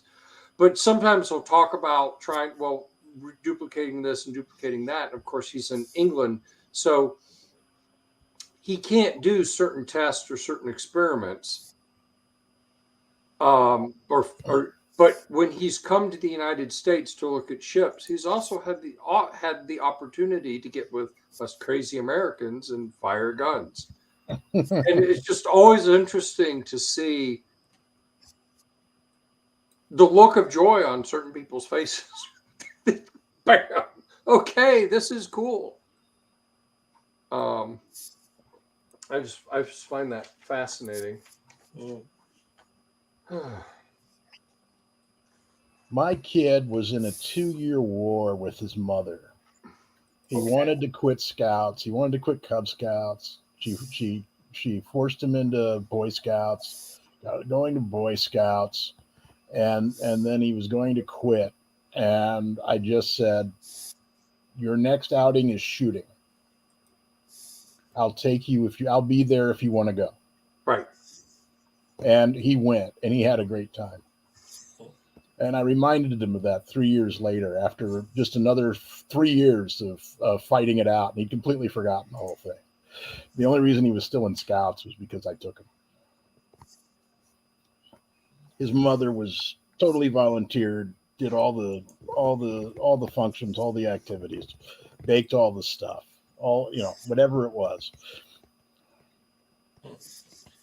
So I'm just looking at the results here. So the two Ohio things are now looking at to be the exact same amount of percentage, even though we were talking earlier about the fact that it seemed the right to abortion was way ahead of the legalized marijuana. They both kind of come down to 55-45 splits in favor of both situations.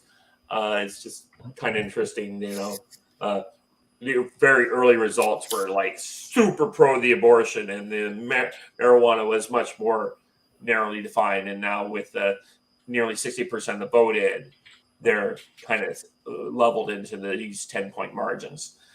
And with 87% of the vote for Kentucky governor, there's a 5-point lead for the Democrat. The Mississippi governor with 27% in has a 15-point lead for the Republican. And now with 47% of the vote in for the Pennsylvania Supreme Court, you have a 60% for the Democrat and the Republican coming at 42, but unsure exactly how that results comes in, as Republican votes tend to come in later in that state.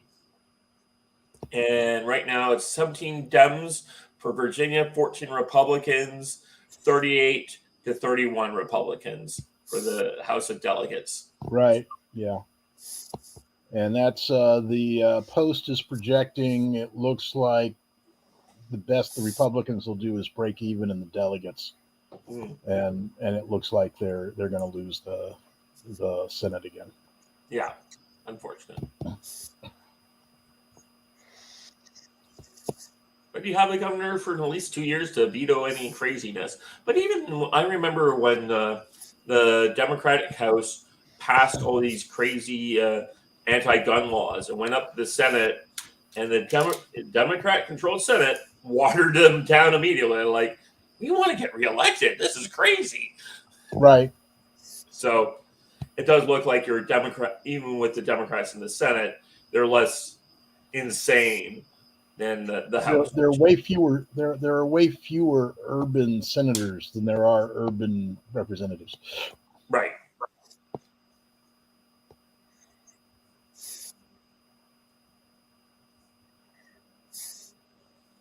So it's kind of looking like the election night results are kind of a wash. But which is not a huge surprise. No. Yeah, it's an off-year election.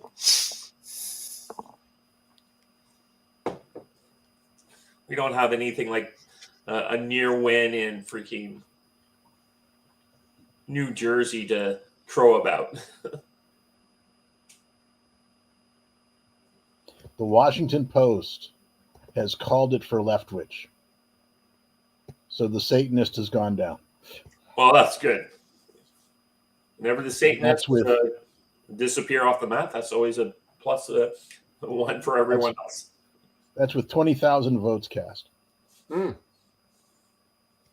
I want to meet each and every one of the 7,280 people that voted for Satan.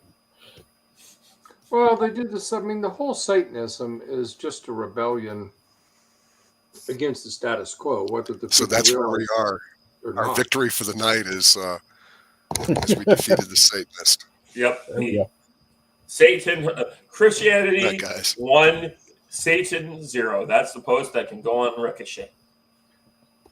Yeah. Well, except they vote for but all the votes for the Democrats are votes for the followers of Baal. So, Yeah, Baal or Moloch.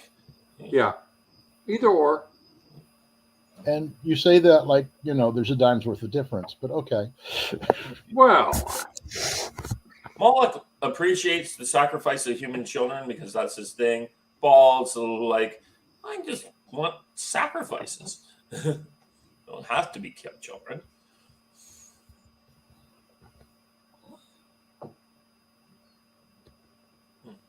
every human society practices infanticide Mm-hmm. as a form of birth/population control. Yeah.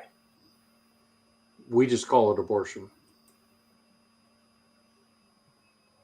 Yeah. One day I hope that we can come up with some better birth control than what we have on option, but unfortunately we're dealing with what the best we can get. I did think I heard Barfly say goodnight before he faded. Yeah, I think he tried to. We were talking. Oh, Right. Yeah. I'm sorry. I'm okay. always You're like that. I always talk over other people. I'm awful. There we go. Although that 30-second delay thing, it makes it really easy. It's true. Right. I know. Only- I just wish that all of the negative stuff I get accused of on Ricochet, that in fact they would accuse me of the stuff that I'm really guilty of instead of making new things up. Mhm. There you go. I got accused of being sarcastic today. What? How I was dare shocked. you? Simply shocked. Was it on the pit? No, it was in the demon. It was in the Satan thread. Okay. Oh, Okay. Serious stuff. That's on the front page, man. You gotta be careful when you're up on the front page. Oh yeah, no. I mean the nosebleed section, definitely. hmm You got to represent. I still You had can't that believe I experience? had one of the few posts that went to the main feed and then got demoted down to from the main feed. I'm like, that was weird. Who knows why they do these things? I don't care. Well, in that particular case, I knew why it happened because the person who promoted me in the main feed sent me a letter saying, "I'm sorry, Dave, that you got demoted back down the members feed." And then I had a Scott message me as well and say, "Sorry, Dave, that should never gone to the main feed." I'm like, "You're right." Blue Yeti was the one who sent me the apology, and was it? wow. Yeah, he's like, "Look, that should never have gone to the main feed." And it was my post about how I'm canceling my subscription to National Review Online. And who was it? It was God. That's right. And National Review is actually in the same investor family as a lot of the people involved in Ricochet. So Yeah, it makes sense. When I wrote off the angry post, I send off posts to the member feed a lot of times, not expecting this is me being angry and expecting it to stay in the member I don't feed expect it to go to the main feed, and suddenly it went up. I'm like, what is going on here? And of course, it was I can't remember his name. He used to have that podcast. He was the guy who. Gabriel? No, it's not Gabriel. No, definitely not him. It was the guy who used to run the servers. I interviewed him once along with Don. Max. Max? Yeah, it was Max. Max promoted me to the main feed because he had that right as an employee of Ricochet. And I'm like, I'm out on my walk. I'm like, why am I on the main feed? And then half an hour later, I'm like, you have been demoted from the main feed. I'm like, what is going on here? They just like jerking your chain. Yep, I was just like, so I have. I'm told I'm not the only one this has ever happened to, but I do believe I'm the last person it's happened to.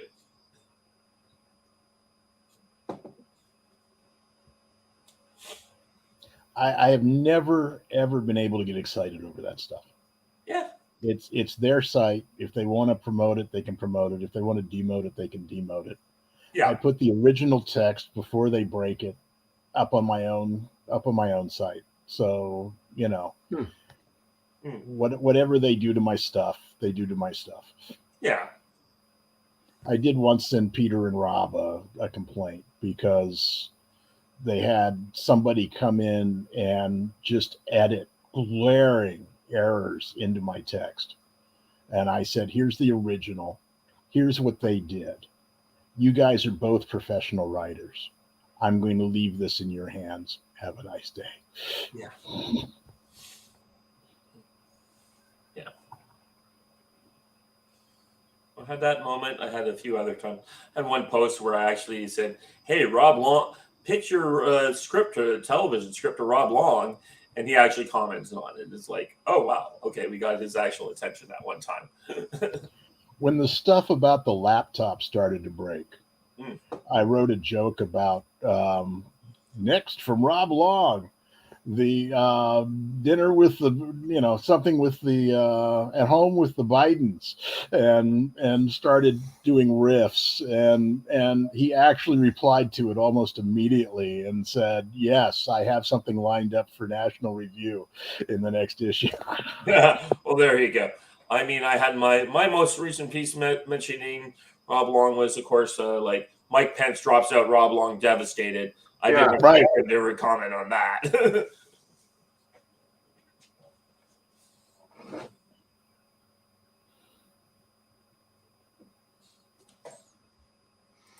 Anyways, we'll go over the results one last time.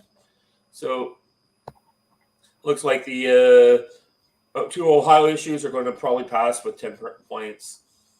With 88% in, the Democrat is going to win Kentucky by about 5. With 35% in, the Republican seems to be winning by 15. So even if it doubles, unless something weird happens in Mississippi, I expect the Republican to take it. Supreme Court and Pennsylvania Supreme Court, with more of the Republican things coming in, is 56-44 for the Democrats. So we'll see if that makes a difference. And as we previously stated, 17-14 for state Senate, 42-32 for Virginia state legislature. And I'm going to split the difference on my guess here. One of these will remain in the Republicans' hand, and I'm going to think it's probably the state Senate with a one vote majority or a very tie, with the governor splitting the vote. Those are my estimations. Anyone else have an idea? I hadn't been paying enough attention to make any predictions, so I'll go with what you like. Okay. Your expert outsider opinion. Yes, my expert outsider opinion. It's uncluttered by our. My expert outsider opinion gives me this interest in the idea. I'm an optimist, so I'll give you the idea that one will stay within, playing the odds. Don't you have to be an optimist to be Canadian? It is one of our class skills. Optimism is definitely one of our class skills.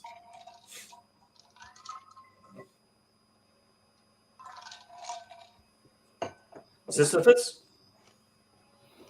Predictions. I think Virginia is turning blue. Returning to normal? No. Virginia was not blue. Virginia is an interesting place. It's no longer the South. How can it 20 be? It was years the ago. home of the South. Hmm? It was the home of the South. I mean, Well, like, no, 20 years ago, it was the Northern Virginia seceded from the South very clearly. And that has crept southward under the last 20 years. So, yes, it's the old Mason. It's definitely below the old Mason-Dixon line, no question. Yes, it was the capital of the South in the Civil War. This ain't the Civil War. They have been building up, they've been trying to make Fairfax high density so that they can accommodate more and more government bureaucrats in that Northern Virginia climb, so that they can grow that culture. And they've been succeeding at that. Okay. It's sad, but yeah, it looks like the House of Delegates is just going to be the slightest blue. I think maybe by one delegate. Yeah. And we'll see. But with all the advantages that supposedly ballot harvesting, their loyalty, all this stuff that we were talking earlier about, the best they can do is a 1-seat majority. Like, they're pulling out all their crazy stops to do this. And it just tells me that if the other side, the Republicans, conservatives, Tea Party, MAGA, would get off their ass and organize, this wouldn't be such much of a problem. Well, I agree with that. The problem is on the Republican side, you've got, basically it's that donors versus everybody else. They don't want MAGA or Tea Party or whomever to organize. They want to crush us. That's right. Right. So the Republican Party apparatus is spending all of its time trying to fight against the voter. Right. No, this is 2020. I'm following those stories, and in Texas and in Georgia, you had the Republican machine trying to destroy Trump's chances.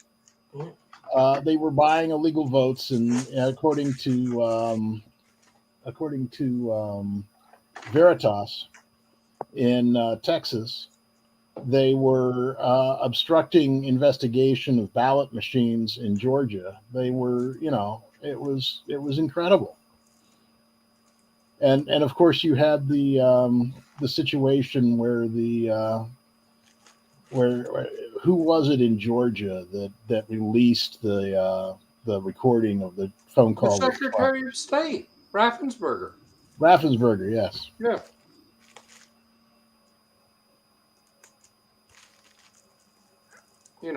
Which now we're going to prosecute with RICO charges in Georgia. Absolutely. Right. But here's the thing. And all driven by news cycles. Right. Ron DeSantis, Mr. the governor that we like, Ron DeSantis, had every opportunity in the world to say with the Mar-a-Lago stuff, I'm going to surround that facility with state police. Or National Guard, whatever. National Guard. They will not be able to take Trump from that and lay that down. DeSantis could be clear running second to Trump within striking distance, if not beating Trump. If right. the position had been Trump's being persecuted, I'm the governor of Florida. Florida is a sovereign state.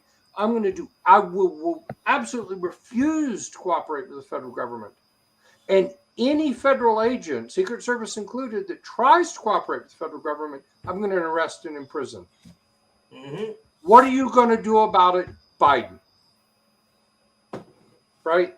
And he would have been surged in popularity, and I think could have eclipsed Trump. And even probably could have at some point said to Trump, listen, bow out. Let me run for president. I'll pardon you. I'll do everything. I can win if we join forces. Maybe Trump would have listened. Maybe Trump wouldn't. But what DeSantis chose to do instead was join with the Bushes against Trump. Right. The counter argument is that it would have been used by the Democrats as, see, this is just another states' rights KKK guy. They would paint him as a racist monster regardless. Right. Yeah, I just don't want to give them much traction in that direction. But it doesn't matter what they do. There was, when he was doing better in the polls, they were already calling him, quote unquote, worse than Trump. Yeah. Deciding how to run a Republican campaign based upon what the Democrats and the press are going to say is how you lose. Correct. Which is why Trump won. Yes. Yeah, that's why he's what? Yeah. Because he came with it with a Street Fighter ethic. Mm-hmm. Right. Get in my face, I'll get in your face. So apparently it was okay for Obama to do the Chicago way, but not Right. for Republicans. We need to be Marquis Queensbury. The Republicans don't want to win; they want to lose.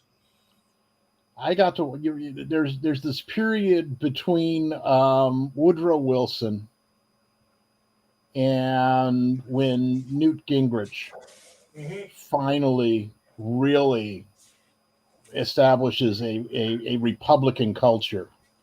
And in the in-between, you had the FDR and you had Truman and you had Eisenhower, which was only a little bit of a change. But the culture was that things are going to go the Democrats' way, and you just make deals to get the things you need for your district. That was the overriding culture. Yeah. Some of the people we interviewed, me and Don or Flicker interviewed on Land of Confusion, that was totally the viewpoint. Eastman comes to mind when he said, like, his wife went in to deal with some stuff, and she was told, like, well, we've met by the Republican establishment in her state. We've already made the deals, so why are you rocking the boat? We get our little piece of power, and they have their all the rest of the power. Right. We've got the right, piece which to me is an argument that those people should be removed from power. The country is, to me, the entire country is accelerating. And they're putting, and the people in power are putting their feet on the accelerator pedal towards France at the end of the 18th century. That's where they're headed. Yeah. No, we're fine. We've got all the power, and the people, they just have to shut up and deal with it. Yeah. At some point, and I don't want a revolution, but at some point it falls apart. And nobody ever knows what that. And this is what. And all of these people are supposedly educated. They know political theory. You're right. You never know what the line is until it's been crossed. They're morons, right? If you think about the political acumen of our founding fathers and how much they understood about history and how much they understood about these things, it's like the North administration, North government in Britain. Every decision they made leading up to the revolution was the one. It was like they were sitting around saying, "Hey, let's have a revolution." And right. Let's do the thing that they took the Irish playbook and tried to apply it to the colonies. Yeah. Yep. And it seemed, and here where we're at now is the powers that be are like, yeah, we can do whatever we want to, and we want to rub their faces in it. Yeah. What are they going to do? Well, what are you going to do? You're going to fight us? We've got nuclear arms. Right? That's the president of the United States saying, if you want to rebel, fine, we'll nuke you. Who cares if you have guns? We have F-15s. Yeah. Yeah. Well, tell that to the Taliban. That really worked out well for you there. Yeah. Oh, well, no, that was perfectly fine. That was perfectly good. Didn't Biden explain that to us? Remember? Yeah. Well, imagine if you have an insurgency not by a bunch of primitive people from the 13th century, but you have an insurgency that's being led by former American military officers who are retired and who, by and large, are highly conservative. There's a reason why those fences went up all around D.C. and why some of them haven't come down yet. Mhm. They know that. They think that that's how it's going to play out. Yeah, but they're not thinking correctly. I mean, again, and I've said this before on Land of Confusion, if we get to a sectarian civil war, all those people in power, they cannot protect themselves, because No. the moment that you start killing family members, it's all over. Mhm. Absolutely. And who exactly are the people that have done the test runs to shoot up the transformer stations? Yep. We don't Yep. know. Nobody knows. And It would be child's play to plunge this country into darkness. And Oh, yeah. the other thing is, it's the art of war. You choose your battleground. You're not going to you're not going to take Washington D.C. head on and take out the Capitol. Right. There's that's not where the bang for the buck is. Because let's face it, if you were actually able to eliminate the Congress in one swell swoop, you haven't accomplished anything. Yeah, because Americans will just elect a new Congress. I was reading a book about something along these lines called doesn't matter what the book was about named, but there's two different scenes in it. There's a scene where the early rebels go to like a place like a Sundance Film Festival, but not that. It's like this retreat that happens in Colorado every year. And they just hit the place with mortar fire and kill all the billionaire representatives there. Oh, the Bohemian Retreat. I know what you're talking about. Yeah. Yeah. It's not the one in California, but it's something similar. Yeah, and they hit that place with motors, and like it just screws up. Like you've just killed a lot of these establishment. The other one I was thinking about. Oh, server farms. What protects server farms? You have these giant warehouses full of like Visa, MasterCard, American Express data. They're not very well protected.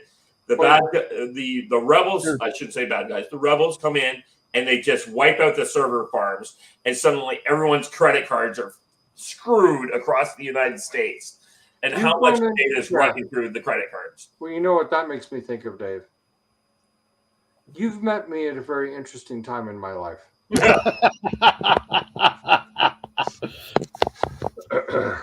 Now, careful. I'm sure this line is being monitored. Yeah, I've seen that movie.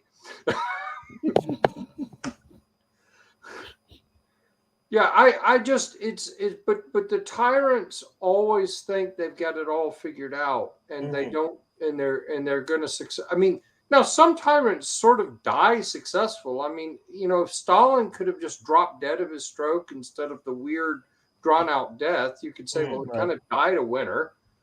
God, that's a great movie. It is. I just the point where Zukov comes up to Joe Pesci's character, or no, not Joe Pesci. It's what's his name? But he says like, "Well, we got to do it in the next 4 days," and it's like, "What do you mean? We have to?" The guy who's playing Khrushchev and says, "What? In the next 4 days? Well, in the next 4 days, I can have my loyal troops in the positions you want, but after that point, the KGB will just return over. So we have to do this now." It's like, I guess we're going to do it now. Yeah, but that's what scares me. I don't want my children to live through it. I don't want to live through it. It's like, could we please get back to voting in ballot box and not telling 40 to 45% of the population, screw you. Yeah.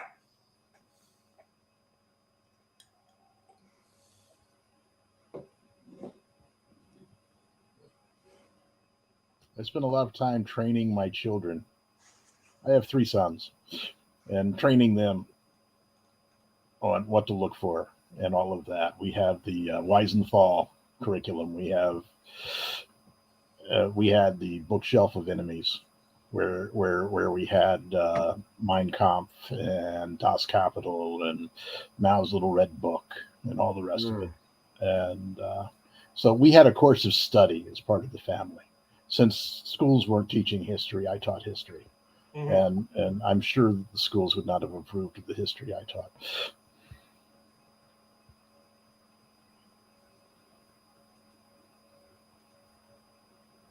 My son, I don't know that I've been that good at it, but my son once said to me something about communism was, why do they keep doing this? It clearly doesn't work.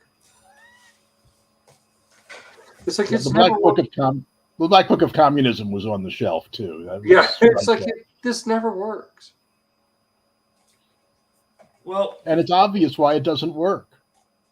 Because if you remove property rights and you have people decide who gets what, you've automatically put those people over you, and you have no power against them.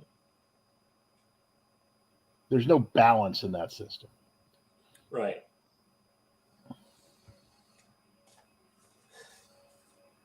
I read a book about one of your late presidents.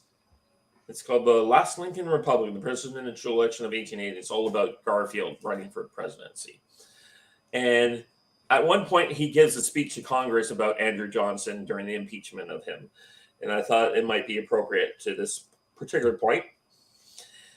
Every rebel, guerrilla, and jayhawker, every man who ran to Canada to avoid the draft, every bounty jumper, every deserter, every cowardly sneak that ran from danger and disgraced his flag, every man who loves slavery and hates liberty, every man who helped massacre loyal Negroes at Fort Pillow or loyal whites at New Orleans, every knight of the Golden Circle, every incendiary helped burn northern steamboats and northern hotels, and every villain of whatever name or crime who loves power more than justice, slavery more than freedom, is a Democrat and endorser of Andrew Johnson, or in this particular case, a Democrat and endorser of Joe Biden.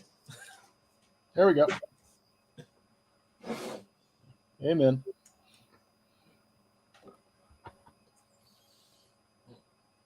And I guess that's what you're up against. You're up against people who have more power than more than anything. Mm-hmm. Well, you've got your own jolly fun with Trudeau, but yeah. Yeah, but I feel okay. Trudeau is going away in a short period of time. He's got 1 or 2 years left. I think he's arrogant enough that he won't resign. One of my biggest fears, and I know other conservatives feel the same way, is that he will resign and let one of the women in his cabinet come leader and basically snowball the country. We saw this at the provincial level in Ontario, and we might see that and a lot of his advisors came from that particular era. But well, buck up. He's arrogant and condescending that he wants to ride this out to the end. And I feel it will be best for the country if he's voted out. Well, maybe we'll have a civil war down here, and then Canada's politics will suddenly change in response. Yeah. We'll just come down and take over those New England states from you, and you'll be better off because there'll be Canadian liberals, and you won't. And the 5 or 6 states that join up with us will no longer be holding you down. Could we have Western Canada? So we could drive. we really need Alberta. So we could drive to Alaska without leaving the country? I mean, I don't know. That seems like a hard price.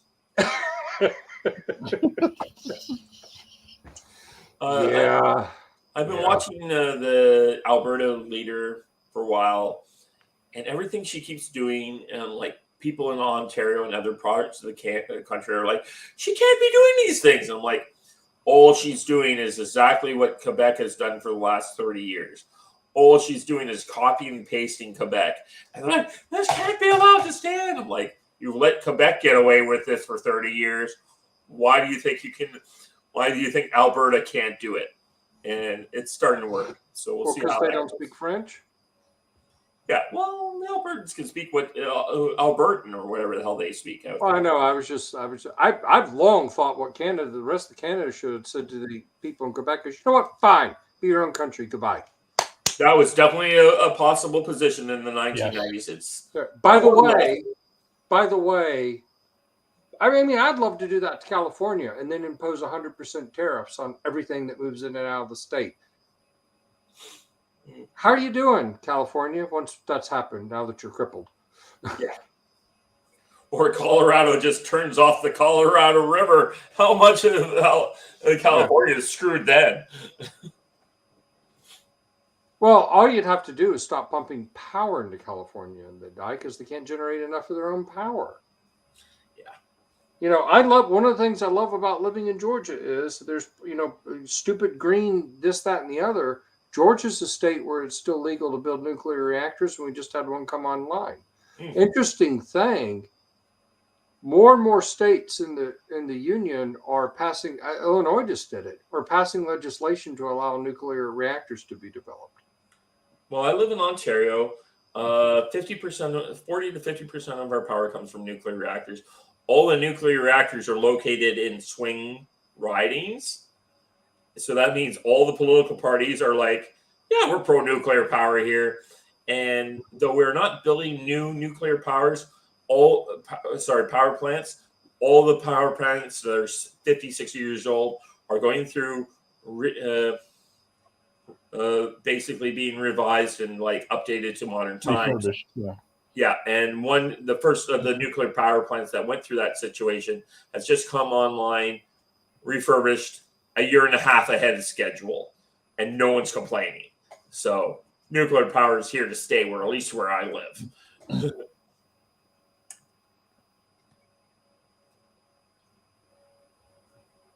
But then you don't have enough but then you don't have enough carbon footprint to, you know, play the blame game thing. So you're not destroying the climate.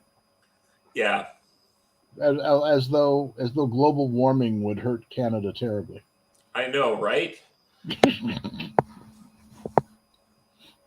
Recently, we had a post on, I was on X, and this weird guy who's Andrew Coyne, who's a reporter who's somewhat conservative, somewhat liberal. He's kind of swinging that one direction. He's complaining like, you have to choose between the government, Trudeau, of unwilling to create a plan that will meet our climate targets, or going with the conservatives who refuse to admit we need any climate targets. I'm like, that's fine by me. Like your Paris Climate Accord is bullshit. I remember a friend of mine calling me up and talking about the Paris Climate Accords when they first passed and were accepted back when Obama was president. And he's describing the situation to me, and I just started laughing. He's like, why are you laughing? I'm like, this is all bullshit. No one cares about any of this stuff. And you could tell by the response here, this is just about creating a fund so we can give some money to Africa, who will then have to, by the obligatory terms of the treaty, send the money back to us to spend on crony capitalism. This is way less worse than I thought it was going to be. There you go. All right. Well, it is all their little manipulations that they're doing. Mm-hmm. All right. Well, guys, I'm going to head out. I feel the same way. I'm glad you showed up, Ryan. I think we had a good night because of that. Yeah. Indeed. Oh, well, thank you. Okay. Well, anybody who's willing to listen to me prattle on. Yeah. My wife just went to bed, you know. So. Yeah. I will see y'all in the pages of Ricochet. Sounds good. Sounds cool. All right. Bye-bye. Night all. Night.